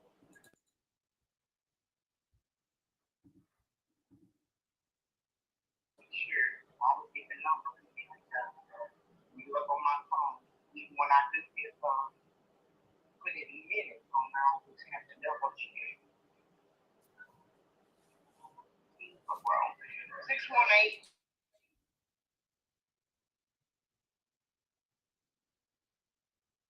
All right. What's his name? Keith? Yes. All right. I'm going to call Keith right now. Don't go anywhere, okay? I'll add you into the call.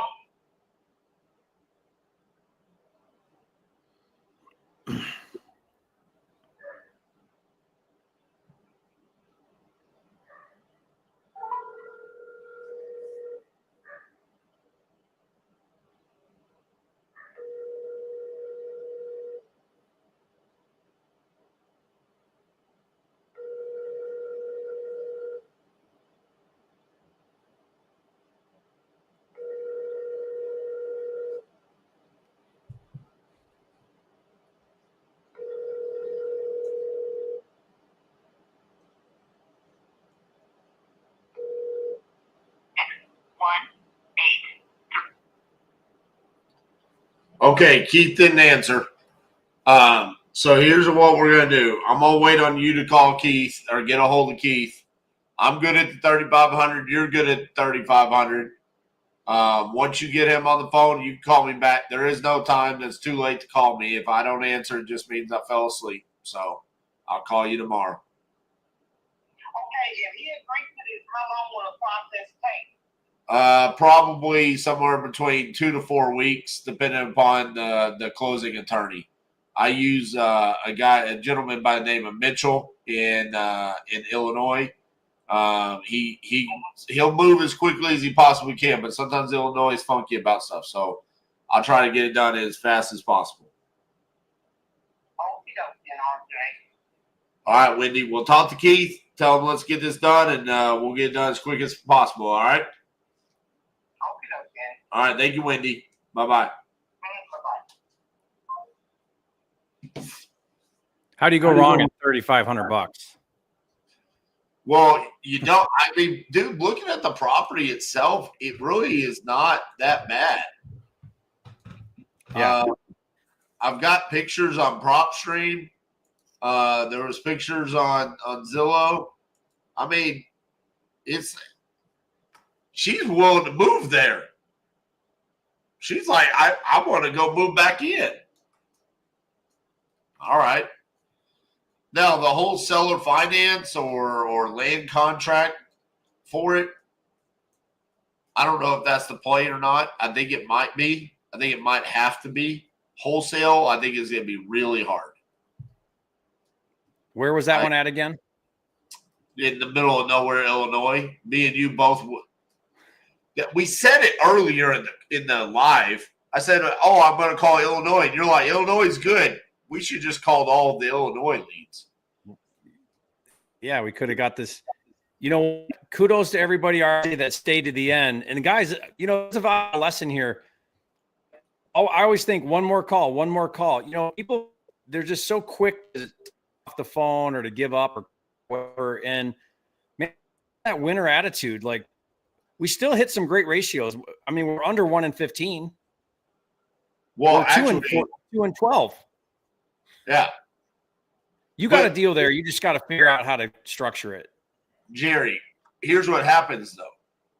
We tell people 1 in 10. You buy 10 leads. You don't get anything. They say it doesn't work. We call 12, and now our ratio is 1 in 6. And people don't believe it, right? But yeah. Listen, those are going to take some experience there. That deal that I just got is the only way that you can truly make money off of it is to actually get a little bit creative with it. I'm hoping that it doesn't need a whole lot, because if it doesn't need a whole lot, then I would sell it for less and literally just sell it financing. Just right out of the gates. It might be to a contractor. It might be to another investor. Who knows what it is, but that's the play for me. I did that a lot in Detroit when I would buy for under $5,000. You know, you buy it for that. You get someone to give a little bit of money down. You put them in there on a land contract or seller finance. And I mean, the way I looked at that when I did that, RJ, quite a bit was it's like a glorified tenant, because you're not going to get a ton of money down from those type of buyers. But so that when they default, they they still treat it like a rental. Like they'll call you up when the furnace goes out and you're like, hey, I sold that to you. Remember? They're like, yeah, well, the furnace just went out. I know. Yeah, exactly. I've got if your eyes open, it's fine. I've got a quadplex like that in West Virginia. We couldn't dispo it, so we took it down ourselves. Kept it with tenants. It was tenant occupied. We kept it until the tenants moved out. They tore the place up, threw it on investor lift, dispoed it seller finance. We bought it seller finance. So we pay $493.25 a month. And we collect like $900 something a month. But the difference there is that our $493.25 goes away in like a year. And we've still got like 13 years on our 900 coming our way. Or he refis or sells, and then we've got a $50,000, $60,000 payday. I mean, either one, I'm happy. Did you wrap it like a tradition, like a true wrap? Yeah, it was a wrap on a land contract. Yeah. Okay. Yeah, you know, that's part of the other thing too, RJ, is like, if you want to increase your close ratio, have multiple exit strategies. Yeah. Well, I tell people all the time that, you know, we want everybody to start off with traditional cash wholesaling. Mm-hmm. And then you start adding these things in as you gain the experience, because you can't get yourself in trouble with some of these, right? It can be shiny object. It can be like, well, I watched RJ do this with a $3,500 deal in the middle of nowhere, Illinois. This isn't going to be a highly profitable deal. It will also be slightly time consuming. Yeah. But 5 years from now, when I'm still getting paid on it, it'll be like, well, I'm glad I did that little bit of extra work. You know? Yeah, I teach the same thing. You know, all of this is developmental. In the beginning, guys, just focus on high equity, cash offer. You got the least amount of things to learn. You're really looking at value. You're looking at condition. That's it. Once you've got that dialed in and working well, maybe introduce something like creative or innovation, or, you know, really you have low cash, you have creative, you have innovation, and you can list it. Like those are really, that's it. Those are your different strategies. But I see people get so screwed up with creative or innovations because those are tricky. There's a lot going on there. People where they go wrong is they're trying to put a seller in the wrong situation because they thought they learned this new technique, and it just isn't. It's not fitting that seller situation. I agree. You know, I try to tell everybody the motivation is the most important thing, and then we solve the problem. Right? On novation, if you don't understand why a novation would help the seller, of course it would help us. Like, we already know that. Yeah. Will help the seller. If it doesn't, it doesn't. So, yeah. I mean, honestly, I want a high equity filter on everything I do because, dude, if you can get it at the bottom, like we've been doing on these calls, then you've got other options if that doesn't work. But what happens is when people go in and they're like, oh, I'm going to go after like low equity sub 2, dude, you just put yourself in the tiniest, narrowest box. Why would you do that? Don't do that. Exactly. Couldn't agree more, man. By the way, in typical stubborn entrepreneur ways of doing things, I'm just going to outline what just took place. We were handed a spreadsheet with 39, 40 leads. Jerry and I then decided that we weren't going to call the first lead and just go 1, 2, 3, 4, 5, 6, 7, 8, 9, 10. We just randomly picked based off of our own criteria because we're entrepreneurs. We're smarter than everybody, right? We can totally predict who's going to sell us a house based off of what they entered on a spreadsheet. The $3,500 house was the first lead on the spreadsheet, Jerry. It could have been the first dial, but no, it was the last. Oh, man. Sometimes just start at the top and work your way down, you know? Yeah, that's what we're doing next time. Next time it's just, hey, Jerry, we're just going in order. Yeah. Watch how better our results get. It probably would be. Yeah, don't overthink it. I love that. I love it. All right, guys. Appreciate, like Jerry said, that's awesome that you guys stuck around. The attendance was pretty much consistent throughout. Good. Guys were awesome. Make sure you like the video. And also, if you're not subscribed to each of our channels, which by saying that, I'm assuming the majority of you guys are subscribed to Jerry's channel because he has like 500 million subscribers. For those of us that are still in the little, piddly 30,000 range, please go subscribe to my channel. And Jerry, we got to do this again sometime, man. You're my favorite person to do this with, RJ. I'm always available. Let's keep doing them. Let's do it. See you guys. All right. See you guys. Take care.